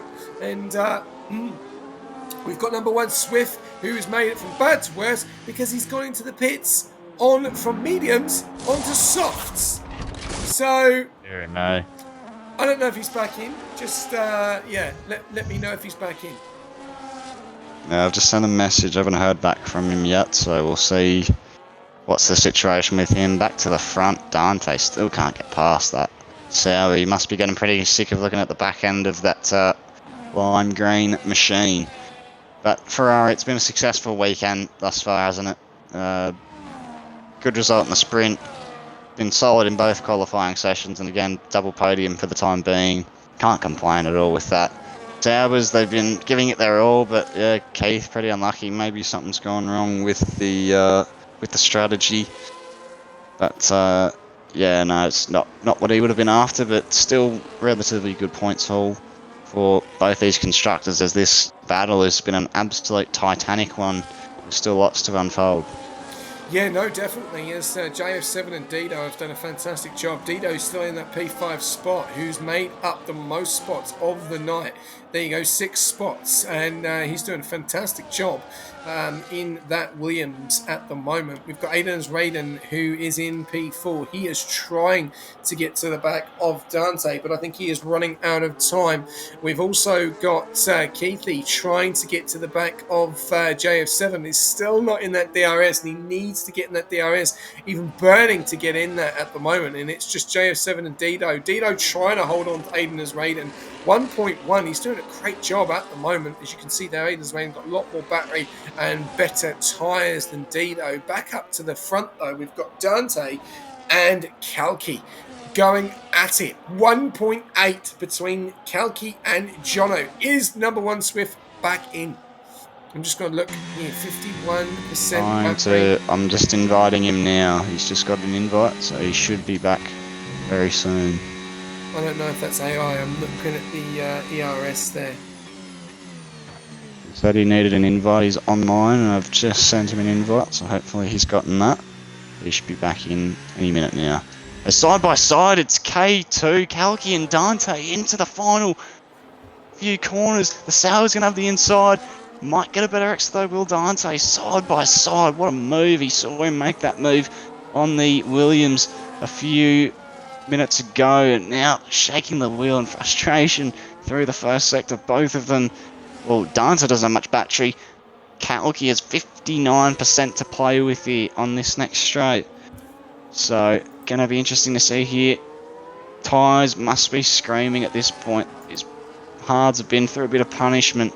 Lots of defending, especially Dante following in that hot dirty. He's got a good run on him here. 1%. Shows the nose to the inside. Gets it pulled up.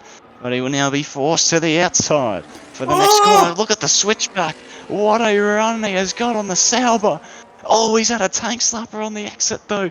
Kalki will get the position back. Still 55% to 13. Better ERS management there from the Sauber driver.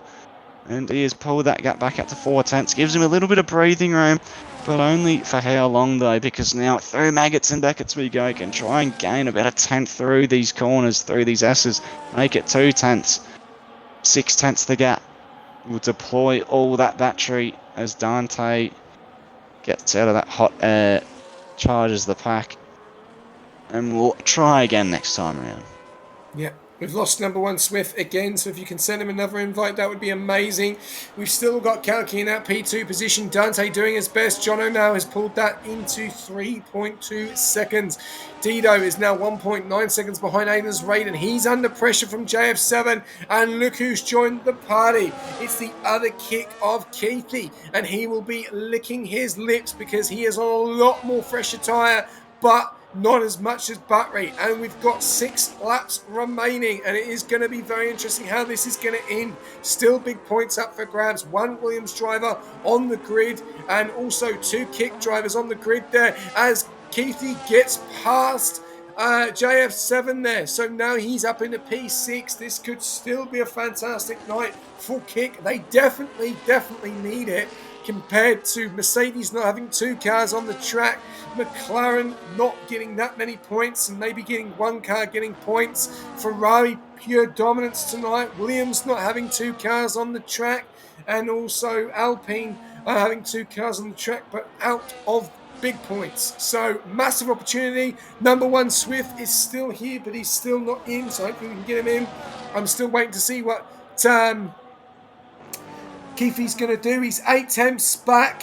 He's saving up Battery. Dido is in control. He's 2.8 seconds back. We're going to go further up into Stowe. Dante's getting closer to the back of Kalki. We're going to go further back down because it's all about Keithy and Dido now, and I'm going to jump on board with Keithy.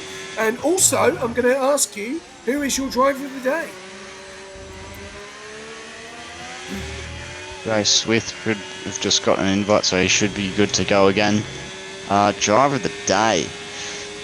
I'll try to not go too obvious, because Jono's definitely put on a clinic, hasn't he? He's had a very solid weekend. I'll try and go something a little bit different, and I'll go for Aiden again. I just love his work. He's been aggressive but fair, and sees himself up in the P4s. Doesn't make the biggest headlines, but he's up a few places. Dido's also another one had a good job, but I'll go with Aiden's Raiden. Top 4, good result for him considering the Alpines been struggling so far this sprint weekend, so I'd have to go for him. This is tough. It's between my TP and Dante.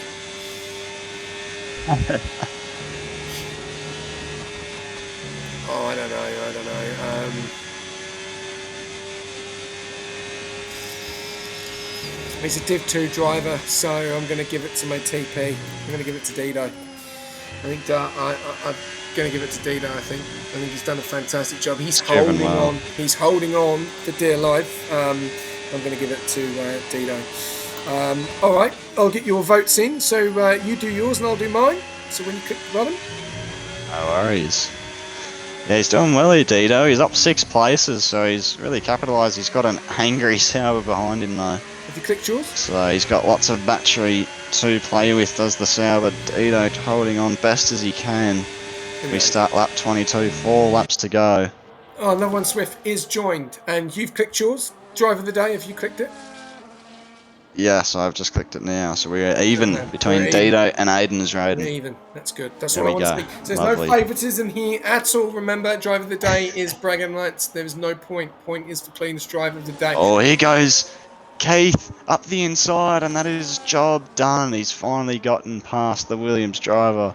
He's had a great day, back into the top 5. Sees him up 3 places from where he started in P8 for Keith. Good drive from him. Swift back in as well, down in 13th. Unlucky what happened there, but they'll definitely have a look at that. And what can Keith do now? He's 5 seconds. That's a big ask to try and reel in Aiden, but still got a battle at the front here for P2. Dante is just been held hostage at this 5 to 6 tenth gap behind Kalki. He's driven well as well. He's not reeling in Jono, but he's just held his own and trying to minimise the damage from these Ferraris this week, and they've been really quick and really consistent across all the sessions, and he's doing a really good job to hold on. He did have a look on him earlier, Dante, not too long ago, into this corner right here, but he held on. He got the better exit, and he's got lots of battery to play with as well, but good 40%, 50% in hand in comparison to that Ferrari. Yeah, so definitely. Interesting to see if he can hold him off, but yeah, not too long to go now. He's done a good job. Yeah, he's doing a great job. Dido is trying to stay in that DRS of Keefe. It doesn't look like it's going to happen here. He's on a lot more fresher tyres.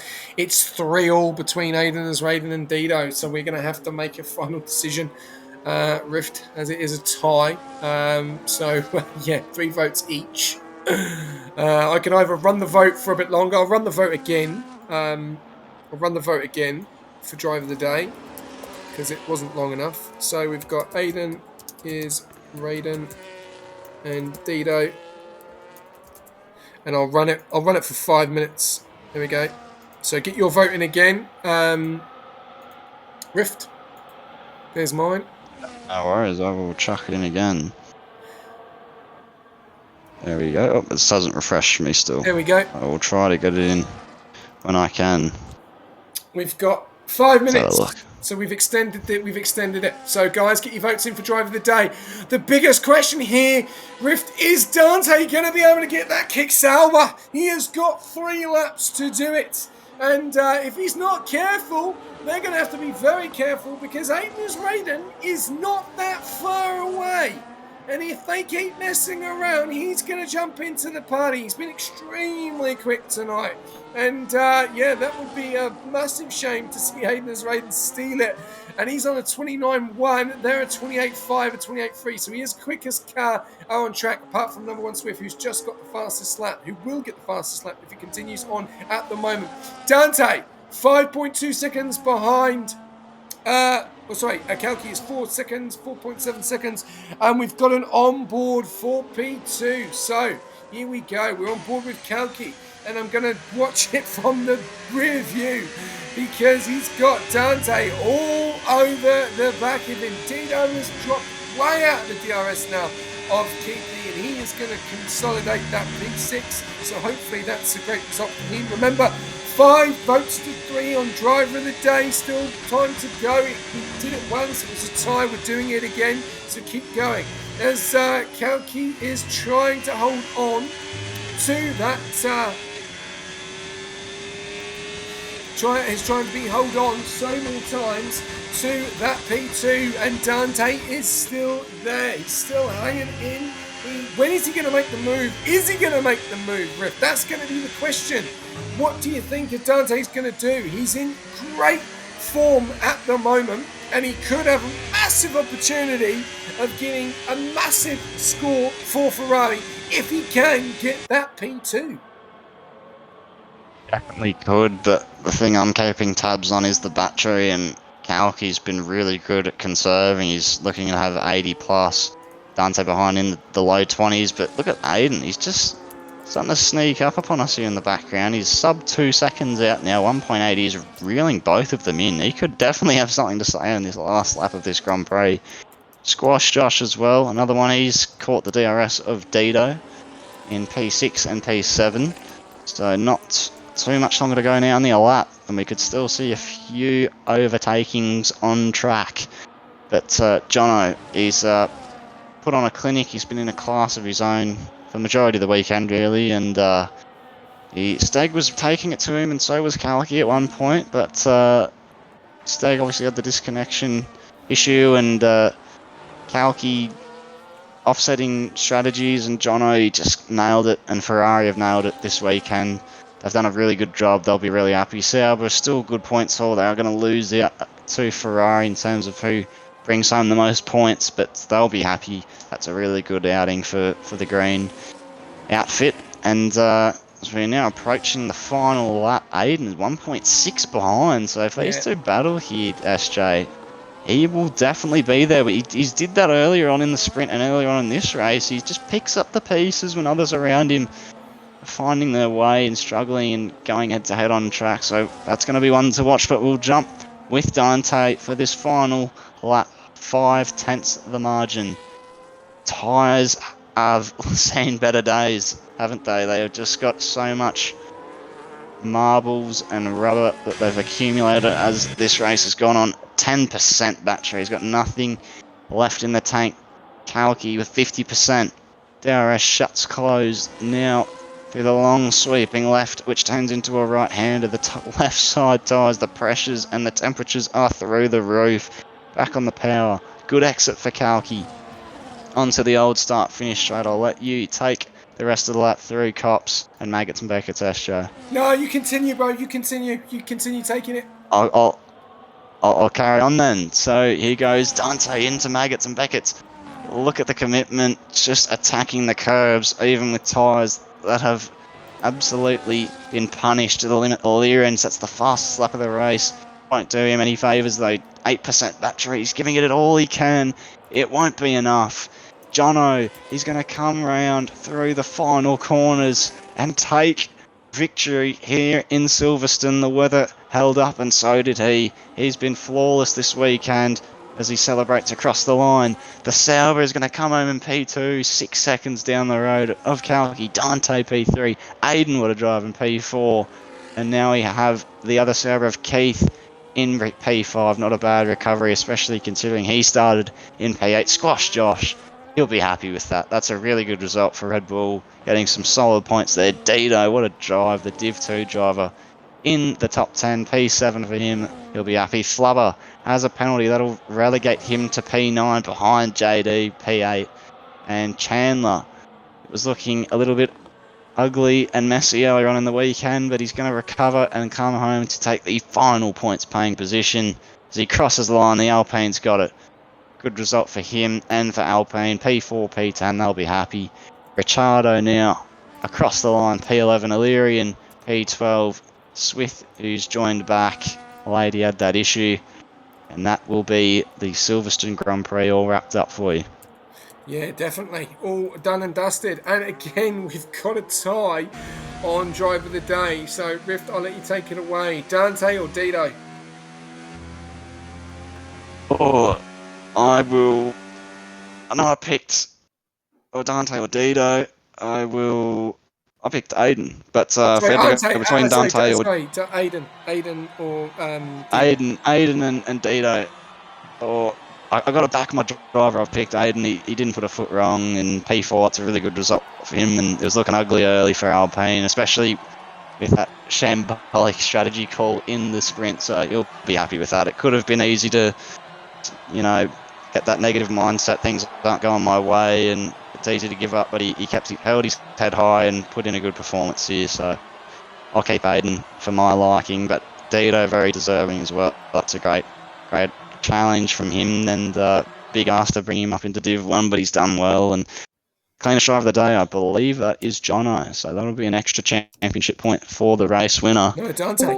He'll be it's Dante, pardon me, sorry. So he'll be very happy with that. He will. Ferrari will be over the moon with that.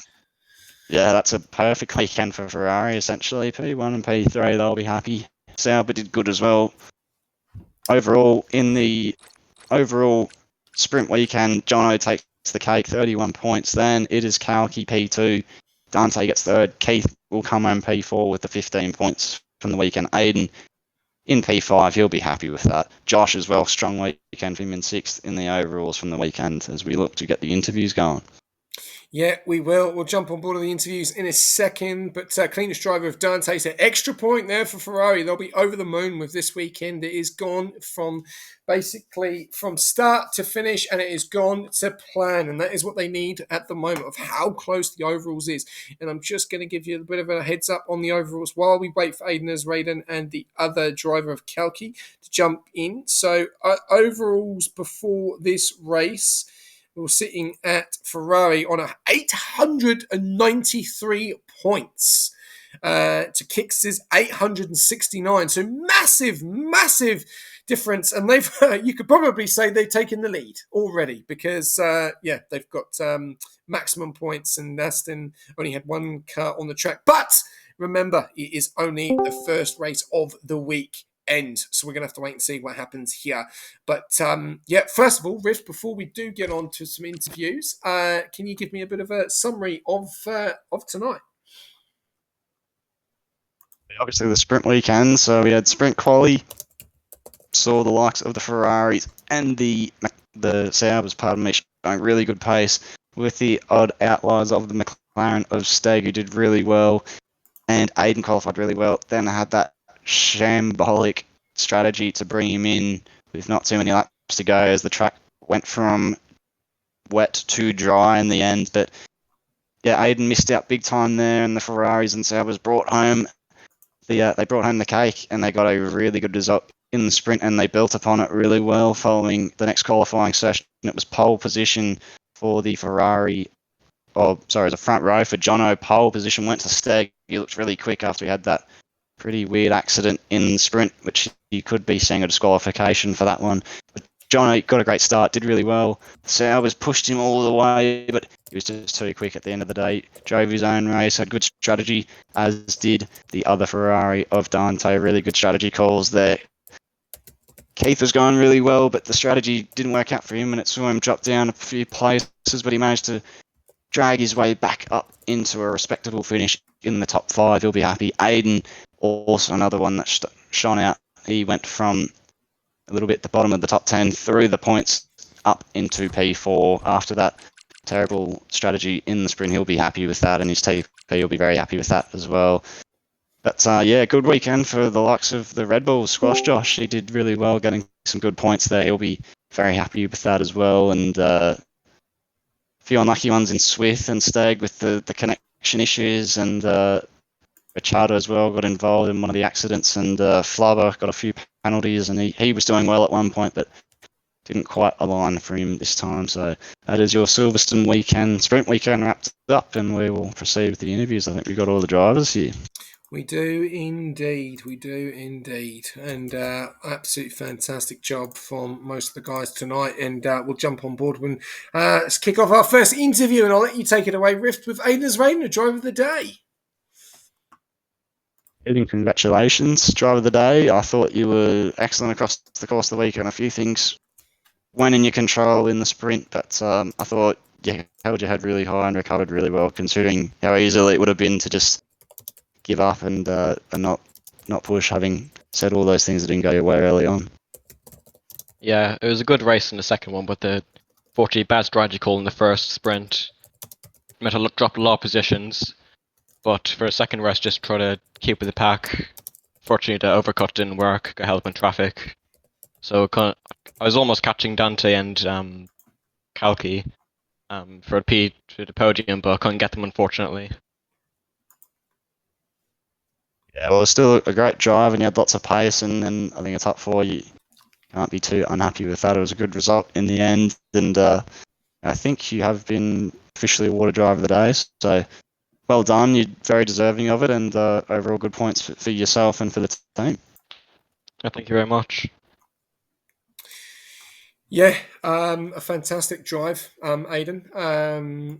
Obviously, I don't know if you're enjoying this game more than 24 or if you're still enjoying 24 more than 25, but it was a very good weekend for yourself in, I think, both races. I think you got, just looking at the sprint now, unfortunately didn't get any points in obviously in the sprint, but the race looked like it was going really, really well, and you could have probably nicked that last point place there for Ferrari, but just a little bit too far away in the end, which was unfortunate. But how did you find it? What was the tyre wear pretty OP on the mediums, or like how did you find it in the end? We're in puncture range when we peel off the mediums. Same with the hard, so it's quite hard to do a one stop here, but it is faster than a two stop. But you really have to take care of them. Okay. That's why we tried to do the overcut, but just couldn't get the tire advantage at the end. Not enough time. Okay. Going into next week, Monza. How are you feeling about Monza? I like the track. I think it's quite good. It's a lot of overtaking, so hopefully we can get a good result there too. Awesome. Turn 1's going to be interesting. We'll have to wait and see how you go. And yeah, congratulations on driver of the day and a great drive. Thank you. Okay, right. We'll head over to P3 in the Ferrari of Dante. Dante, what a night. P1 in the sprint, P3 in Ferrari. Job done. Did you not think you could get the move done on Kalki near the end of those last couple of laps? Yeah, thank you. It was a pretty nice weekend. Yeah, it was quite difficult. He just basically drove a flawless race, not many big mistakes, and I just couldn't get the exit. With the dirty air this game, it just wasn't getting good enough exits to overtake him, and I didn't want to lunge a move because I don't want to cause any collisions or bump push to pass. So yeah, I'm happy with the P3. That was probably the most I could have gotten with the tyres because I actually punctured the last corner. So yeah, happy with the P1 and 3. Well, that's that just shows that the tyre wear is OP there at the moment, which is going to be very interesting. The ERS management, we could see there that Kalki obviously ran his ERS management a little bit better than you. Do you think that was probably something that learning curve going into the next few races, just running that ERS a little bit more better? Because he was on 50 and I think you were on like 15%. So even if you did get the DRS down him on the last lap, he would have burned away from you anyway with the amount of ERS he had. So is that something that you knew? Or were you just going to be like, I'll just cement P3? Yeah, look, with come the last few laps, I saw that when I was burning my last few percent of ERS, he wasn't flashing yet, so I knew that he was doing much better, and with him having no dirty air, he was obviously able to push flat out, and I had all that dirty air, so the understeer just kept coming, and I had to use the ERS to make up for that time loss, and yeah, just wasn't meant to be. Well, still a fantastic result, and we have spoken to Lamb last week, and he is feeling the pressure on the overalls. The overalls is really opening up massively across 5 teams, and we've seen Aston take a massive charge wherever people still asking where have they come from to lead it. So massive points for Ferrari. Congratulations on the P3 and a great weekend, and I'll pass you over to Rift. Thank you. Congrats, Dante. That was a good drive. I think SJ mentioned it. You probably maximised the most you could have got out of that the race and the sprint. Looked like it would have been pretty frustrating. A few points there, just constantly that 5-6 gap to Kalki, but overall can't complain with the podium. It was a good job. I was just going to touch upon a few of the moves you made. They were great to watch. A few opportunistic moves into that last braking zone in the final sector. You want to walk us through those overtakes you made? I think one of them was on Dita, and then one you tried on Kalki didn't quite come off, but it was great to see drivers going for moves in places where they aren't always a given. Yeah, well, obviously hats off to Dito. I think he knew that he wasn't in my race, so he sort of just broke early and let me go. So hats off to him for that one. He's a real one. And then the one with Kalki, that was probably the point where the tires actually started wearing, and I went a bit deep and I locked the brakes, and so I sort of hit Kalki wide. So I decided just to give the position back because I don't want to be a dirty driver, be known as a dirty driver, and yeah, I'd rather make a clean move, but it wasn't meant to be. Yeah, no worries. It was good to watch, and just congrats. Good weekend for yourself and the team, and so you're all pretty happy with that from the sprint and the feature race. So congratulations and good job and good luck going forward. Yeah, thank you. Congrats, Kalki and Jono, and Forza Ferrari. All right, then we'll head over to P2, and this is a big win. Well, not a win, but a big podium for you, Kalki. Just not enough in the end on Jono, and it did look like it was going to be a very, very good night for yourself and Keithy. But unfortunately, he fell down into P8 when you made the pit stops. But you've got to say, last week, probably Kick Sauber and Whiff weren't happy about the performances, dropping 4 spots down. And now this was obviously a good chance to back it up with a fantastic result. And we saw both in the sprint and also the feature that you've definitely showed that tonight. Yeah, thanks. Yeah, last week, me and Keith are good pairing Div 1. We love racing with each other, so I reckon that's always going to be good. Div 1 we did kind of well, just unfortunate with some incidents and a little bit of lack of pace in other divisions that hopefully other divs also working.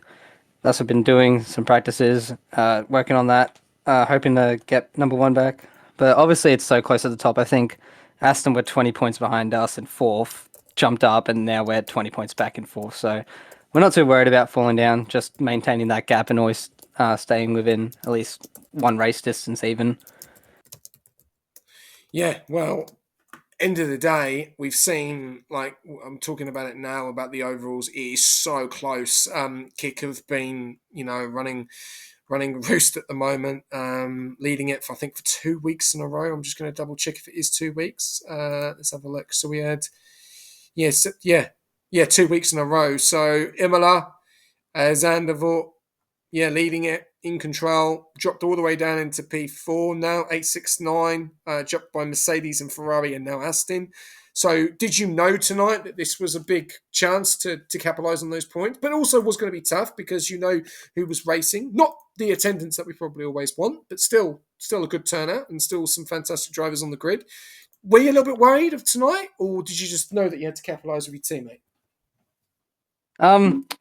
Going into it, we were hoping to get a double podium. Obviously, unlucky with Keith as well, getting into a little incident with number one Swift. Unfortunately, he could have been right up there with us as well, maybe in striking distance of Aiden. But when we saw that full wet short qualifying sprint race, we got a little worried. But once we put in our times, got pretty well and comfortable, got used to it. Yeah, not really too worried about heading into the weekend, but definitely once that rain hit. Yeah, well, fantastic job. Monza next week, a fan favourite of yours? I think it's a fan favourite of most people. But yeah, do you feel that, because you're actually probably one to watch out for now in this championship fight, because you pulled yourself right into this. And Fat Cat not racing tonight, Cambell's not racing tonight. Are you going to be knocking on the door, do you think, Kalki, near the end of the season?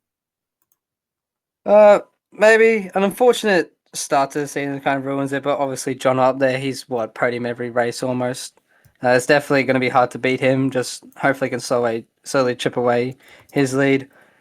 Goal was never really drivers though. We really want to get that constructors, and that looks good so far with two Astons not doing too well, both of us doing well, but that's our main goal. Not too worried about the solo achievements. It's definitely going to be hard though to capitalize on John's mistakes when he does make them. Hopefully. Well, fantastic job. And I look forward to seeing what you can do next week in Monza. And I'll pass you over to Rift. Thank you. Congratulations, Kark. It's always good seeing fellow Sauber teammates do well. But bias aside, it looked like a pretty clean weekend. Just both qualifyings looked like they went pretty well. You had good pace and were towards the front. And as was Keith as well, both of you were blistering pace, and it was just so close with these Ferraris. We were talking about that throughout all the sessions. It was pretty much a Sauber v Ferrari for majority of the weekend. How was your thoughts on the battles? And early on in that race, you were keeping up with Jono, and did you think there was a good chance, or did you feel like the tyres were struggling with the battery? I felt there was a good chance felt like there was a good chance to keep with him. Obviously, Wojtek being DSQ'd and saying he's going to battle me harder is going to make a challenge. It did show that gap, but almost got back with him. But Jonas' pace was pretty ridiculous. There's nothing I could have responded about that. Finishing, 6 seconds in the lead by the end of it. He did very well time management as well. And that he had a perfected strategy, race, just everything. There's not much he really could have done better, obviously shown by the results. Thank you for the glazing. Thank you. No, it was a great drive from yourself, Karki, and also going through your mind for those last 10 or so laps with Dante right up your rear in that DRS. He wasn't getting any further away or any closer. Just what was your thought process, the consistency you had lap after lap to not make any mistakes, or very few mistakes, if any? How was that last 10 laps? Was it very sweaty, or did you feel good with the battery and the tyres? Having with telling me what Dante's ERS was at the end of every straight, just helping me manage it better, knowing I could have tried pushing, but then inevitably that would create an outlier. He gets the advantage of ERS, and if I don't pull out, then he has DRS, more ERS. And so we just focused on keeping him DRS close enough so he gets dirty air and just having more ERS for exits, which showed out to be great. He got close a few times, a couple close battles, but in the end it showed to pay dividends. A little bit worried about that tyre wear though. I got done earlier in the week for 81% function. I was just yelling at EA not to give it to me again. No, well done. You drove a very clean race and didn't put a foot wrong, so congratulations to yourself and Keith. Good point, Saul, for the team, and see you next week in Monza. Yep, thank you. Good luck in you too. Thank you. Okay, right, we'll go over to the last one of the night. The winner of Division 1 and has pulled in that gap even further in Division 1 Championship. Jono, could this be the season? Could this be a year you take the championship? A very interesting night for yourself. Not so much in the sprint. You got your teammate took the win. You finished P3, so great night though. But overall, great night for Ferrari. Great night for you. 25 points in the bag. Thank you very much. Let's move on to Monza. Is that the attitude? Yep. Yep. Let's leave it at that. Yep. Yeah. Obviously, must have been over the moon when you saw Fat Cat decline. Maybe. I don't know. I wanted Fat Cat to race though, because like, you know, he's on Freighter Island right now. But it would have been a really good battle. I'm not gonna lie. Yeah. No, it would have been great. And these are the things, and you know this, Jono, from experience last season. You missed a race. You know, you had that opportunity. I think it might have been Singapore. I also got disqualified because I think I got disqualified in quali because I retired on track. Yeah, So- you know, yes, yeah, we know. And you've learned, which is good. But how did you find that tonight? Did you find that you didn't really have any drama? We saw Steg push on quite early on in both races, but then decided to do something a bit silly, which is obviously reset the track, which is not permitted, and I think it is DSQ, and I think it's a DSQ for the whole weekend. So really unfortunate there, but he definitely did have the pace there, and obviously Kalki was very, very close to him, and it could have been a three-way battle, and we saw very, very closely at the beginning the DRS. You know, as soon as you're in it, you know, you just can be overtaken, then you need to get back in it, and it's just managing those tyres and managing those right moments to make the overtakes. Yeah, exactly. Well, considering the dirty air as well, like, as soon as you get into that DRS, you can't really do much after that. You're kind of just hoping that the guy in front makes a mistake, because with dirty air in this game, the dirty air being dirty air, plus the slipstream not really working very well, it's not a very good combo, so you're just kind of hoping that the guy ahead just makes a mistake. And that's basically it, really, for this track especially. Well, phenomenal job, Jono, as always. And I'm not on the Ferrari team, but I am cheering for you to get the championship from what happened last season. Thank you. You know, it's I think you're a bit disappointed of coming runner-up, but no, it's your opportunity, and you know, you've got one hand on it at the moment, but there is still 8 races to go, and anything can happen. As we have seen, we've seen the dominance of the VCABs of Cambell and Meowsy. Fat Cat's been very consistent. Yep. You know, you got your teammate there, which is definitely helping as well, and the kicks look like they're going to cause problems as well. So, how do you feel going into Monza? Do you feel the momentum's there with yourself at the moment, or are you still a little bit worried? Because you did say last week that this is not your best track. This wasn't my best track, and I'm very surprised, to be honest. Yeah. What are you talking about?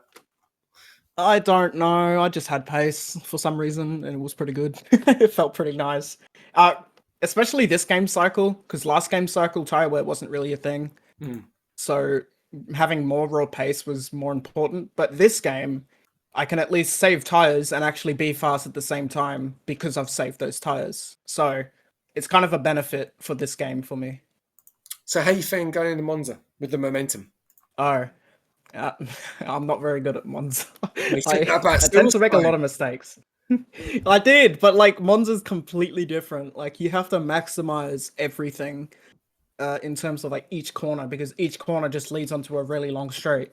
So you have to maximize your minimum speed. So I'm not the best in quali, so it's going to make the race that much harder, but I will practice a little bit. And by a little bit, I mean like half an hour before the race. So that's my practice.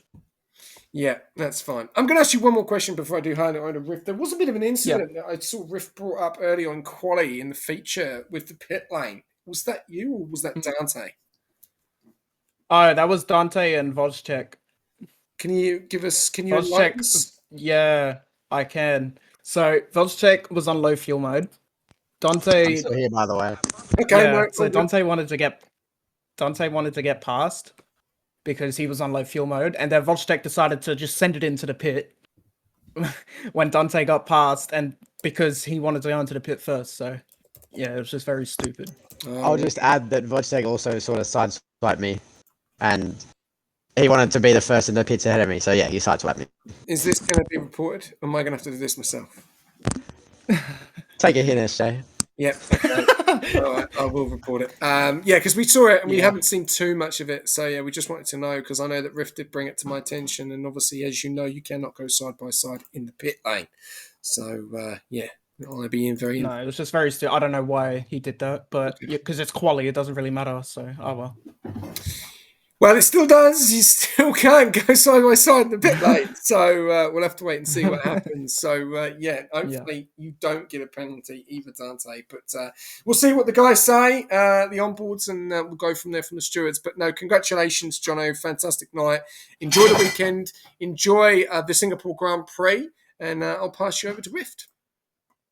Thank you very much, SJ. Hey, Jono, congratulations on the win. I'll try and keep this brief for you. SJ nailed a lot of the topics I was going to talk to you about, but wet, dry, didn't matter. You had the pace and had the answers. And just quickly on that practice, what was the practice heading into Silverstone? If it's one of your weaker tracks, did you practice both wet and dry, or was it something that you just mid-session had to adapt to? Surprisingly, me and Dante were practicing together. So we were doing dynamic weather. This was our first practice session. And it was qualifying, and it was raining, and Dante wanted to reset, and I was like, nah, let's just practice this a bit, just in case, because Silverstone can rain. Holy so let's lies. do it. Anyway, carry on. Bro, what do you mean? Okay, buddy. Anyways, yeah, so we did a little bit of practice like 2 hours before the race. We did like 50% of the race for a 50%. So we did like, I don't know, like 14 laps or something, however long the race was. And then just mainly qualifying. So I did do a little bit of practice just because I suck here. Sounds good, and the vibes look good in Ferrari heading forward. So congratulations to yourself and to Dante again. Good job. I think you guys maximised the most you could have got out of the weekend, the sprint weekend, a big points haul for the both of you respectively. So congratulations and good luck going forward to Monza. Thank you very much, especially Cheers, not mate. getting my soft run in the sprint quali and being P8. Yeah.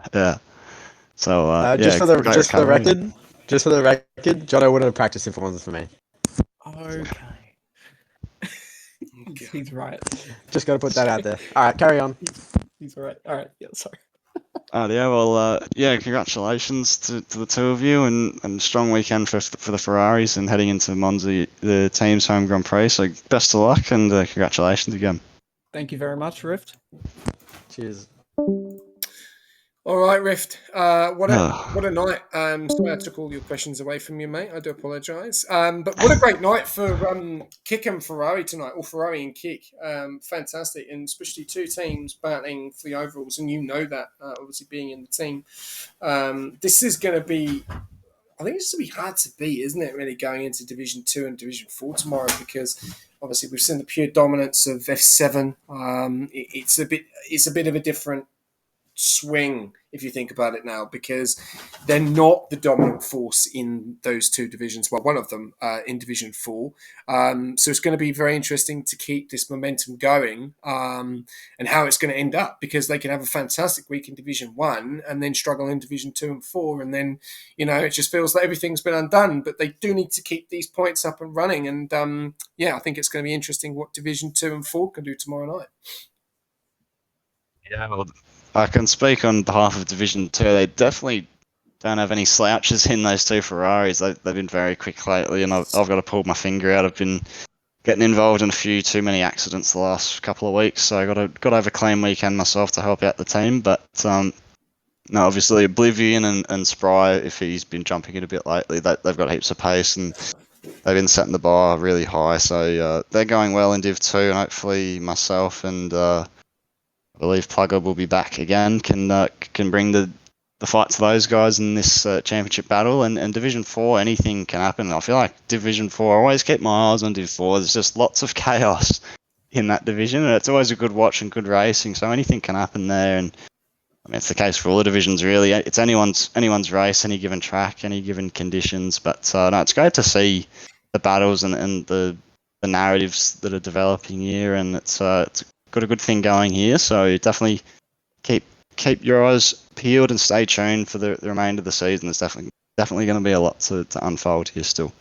Yeah, definitely. Especially with the battle with Jono, Fat Cat, and Campbell, and also Kalki now coming into that as well. We could have a fourth car, and we know that Jono has been in a battle before with him, Steg, and Chandler's, and unfortunately lost it last season to Chandler's, who has struggled this season in the Alpine, I've got to say. But no, fantastic job to everyone tonight. Big up to our sponsors, AI369, Pagni, and SimLab, and our affiliate this season, SRC. And if you are needing a setup still, get amongst it for Silverstone with SRC. Click the comments in the chat. And if you're needing one for Monza, people probably going to go 0-0 wings, especially down that main straight. Especially, it's so powerful, but you're definitely going to have to put the brakes on going into turn one. We'll have to wait and see what happens there. But yeah, thank you very much to everyone that tuned in. Thank you very much to the subs as well, and everyone else that have jumped in. Nishka, thank you very much for the Hope Train as well, and the onboards. Congratulations to the podium winners of Jono, Dante, Kalki, and Driver of the Day, going to Aiden as Raiden, and the cleanest driver going to Dante. So extra points for Ferrari. They'll be even more stoked with that extra point, because that could definitely mean massive to the end of the season, especially to the overalls as well. Rift, thank you very much once again for jumping into the comms box and changing it up and coming back into Division 1. Thanks for having me, SJ. It's always a privilege and good fun to be on the comms with yourself and seeing some of the best drivers that we've got here. They always put on a good show, so it's great racing and great speed and pace that we get to see each week. So thanks for having me. It was good fun as always, and I will be on track tomorrow. Div 4 and Div 2 up next, so keep your eyes peeled for that one. It's going to be some great racing, and lots of good races to come around Silverstone. Yes, definitely. It's going to be a fantastic night. More action tomorrow with Division 4 kicking off early. Remember, I think it's 7 p.m. or 8, or I think it's 4 p.m. or 5 p.m. AST. Just keep an eye out on the check-in, because I keep forgetting with this bloody daylight saving. It's confusing the hell out of me. And then we've got Division 2 straight after, where you'll be joined by me and Jatuzi in the comms box. Who is going to be doing Division 1? Double check very quickly. It will be Nishka, and the man himself, Cooper Bott, is back in the comms box. Great to see a returnee after a long time out. So it'll be very interesting to see what's going to happen tomorrow night with Division 2 and Division 4. And don't forget, Singapore qualifying is on. So if you are enjoying it, get amongst it, have a beer, have a drink, enjoy the qualifying. And as always, before I let you go, I'll let you have a quote. Jono has got one hand on the championship, but next week is his home track for Ferrari. Will we see a double Ferrari on the podium at the home track at Monza? Let's wait and see. Good night.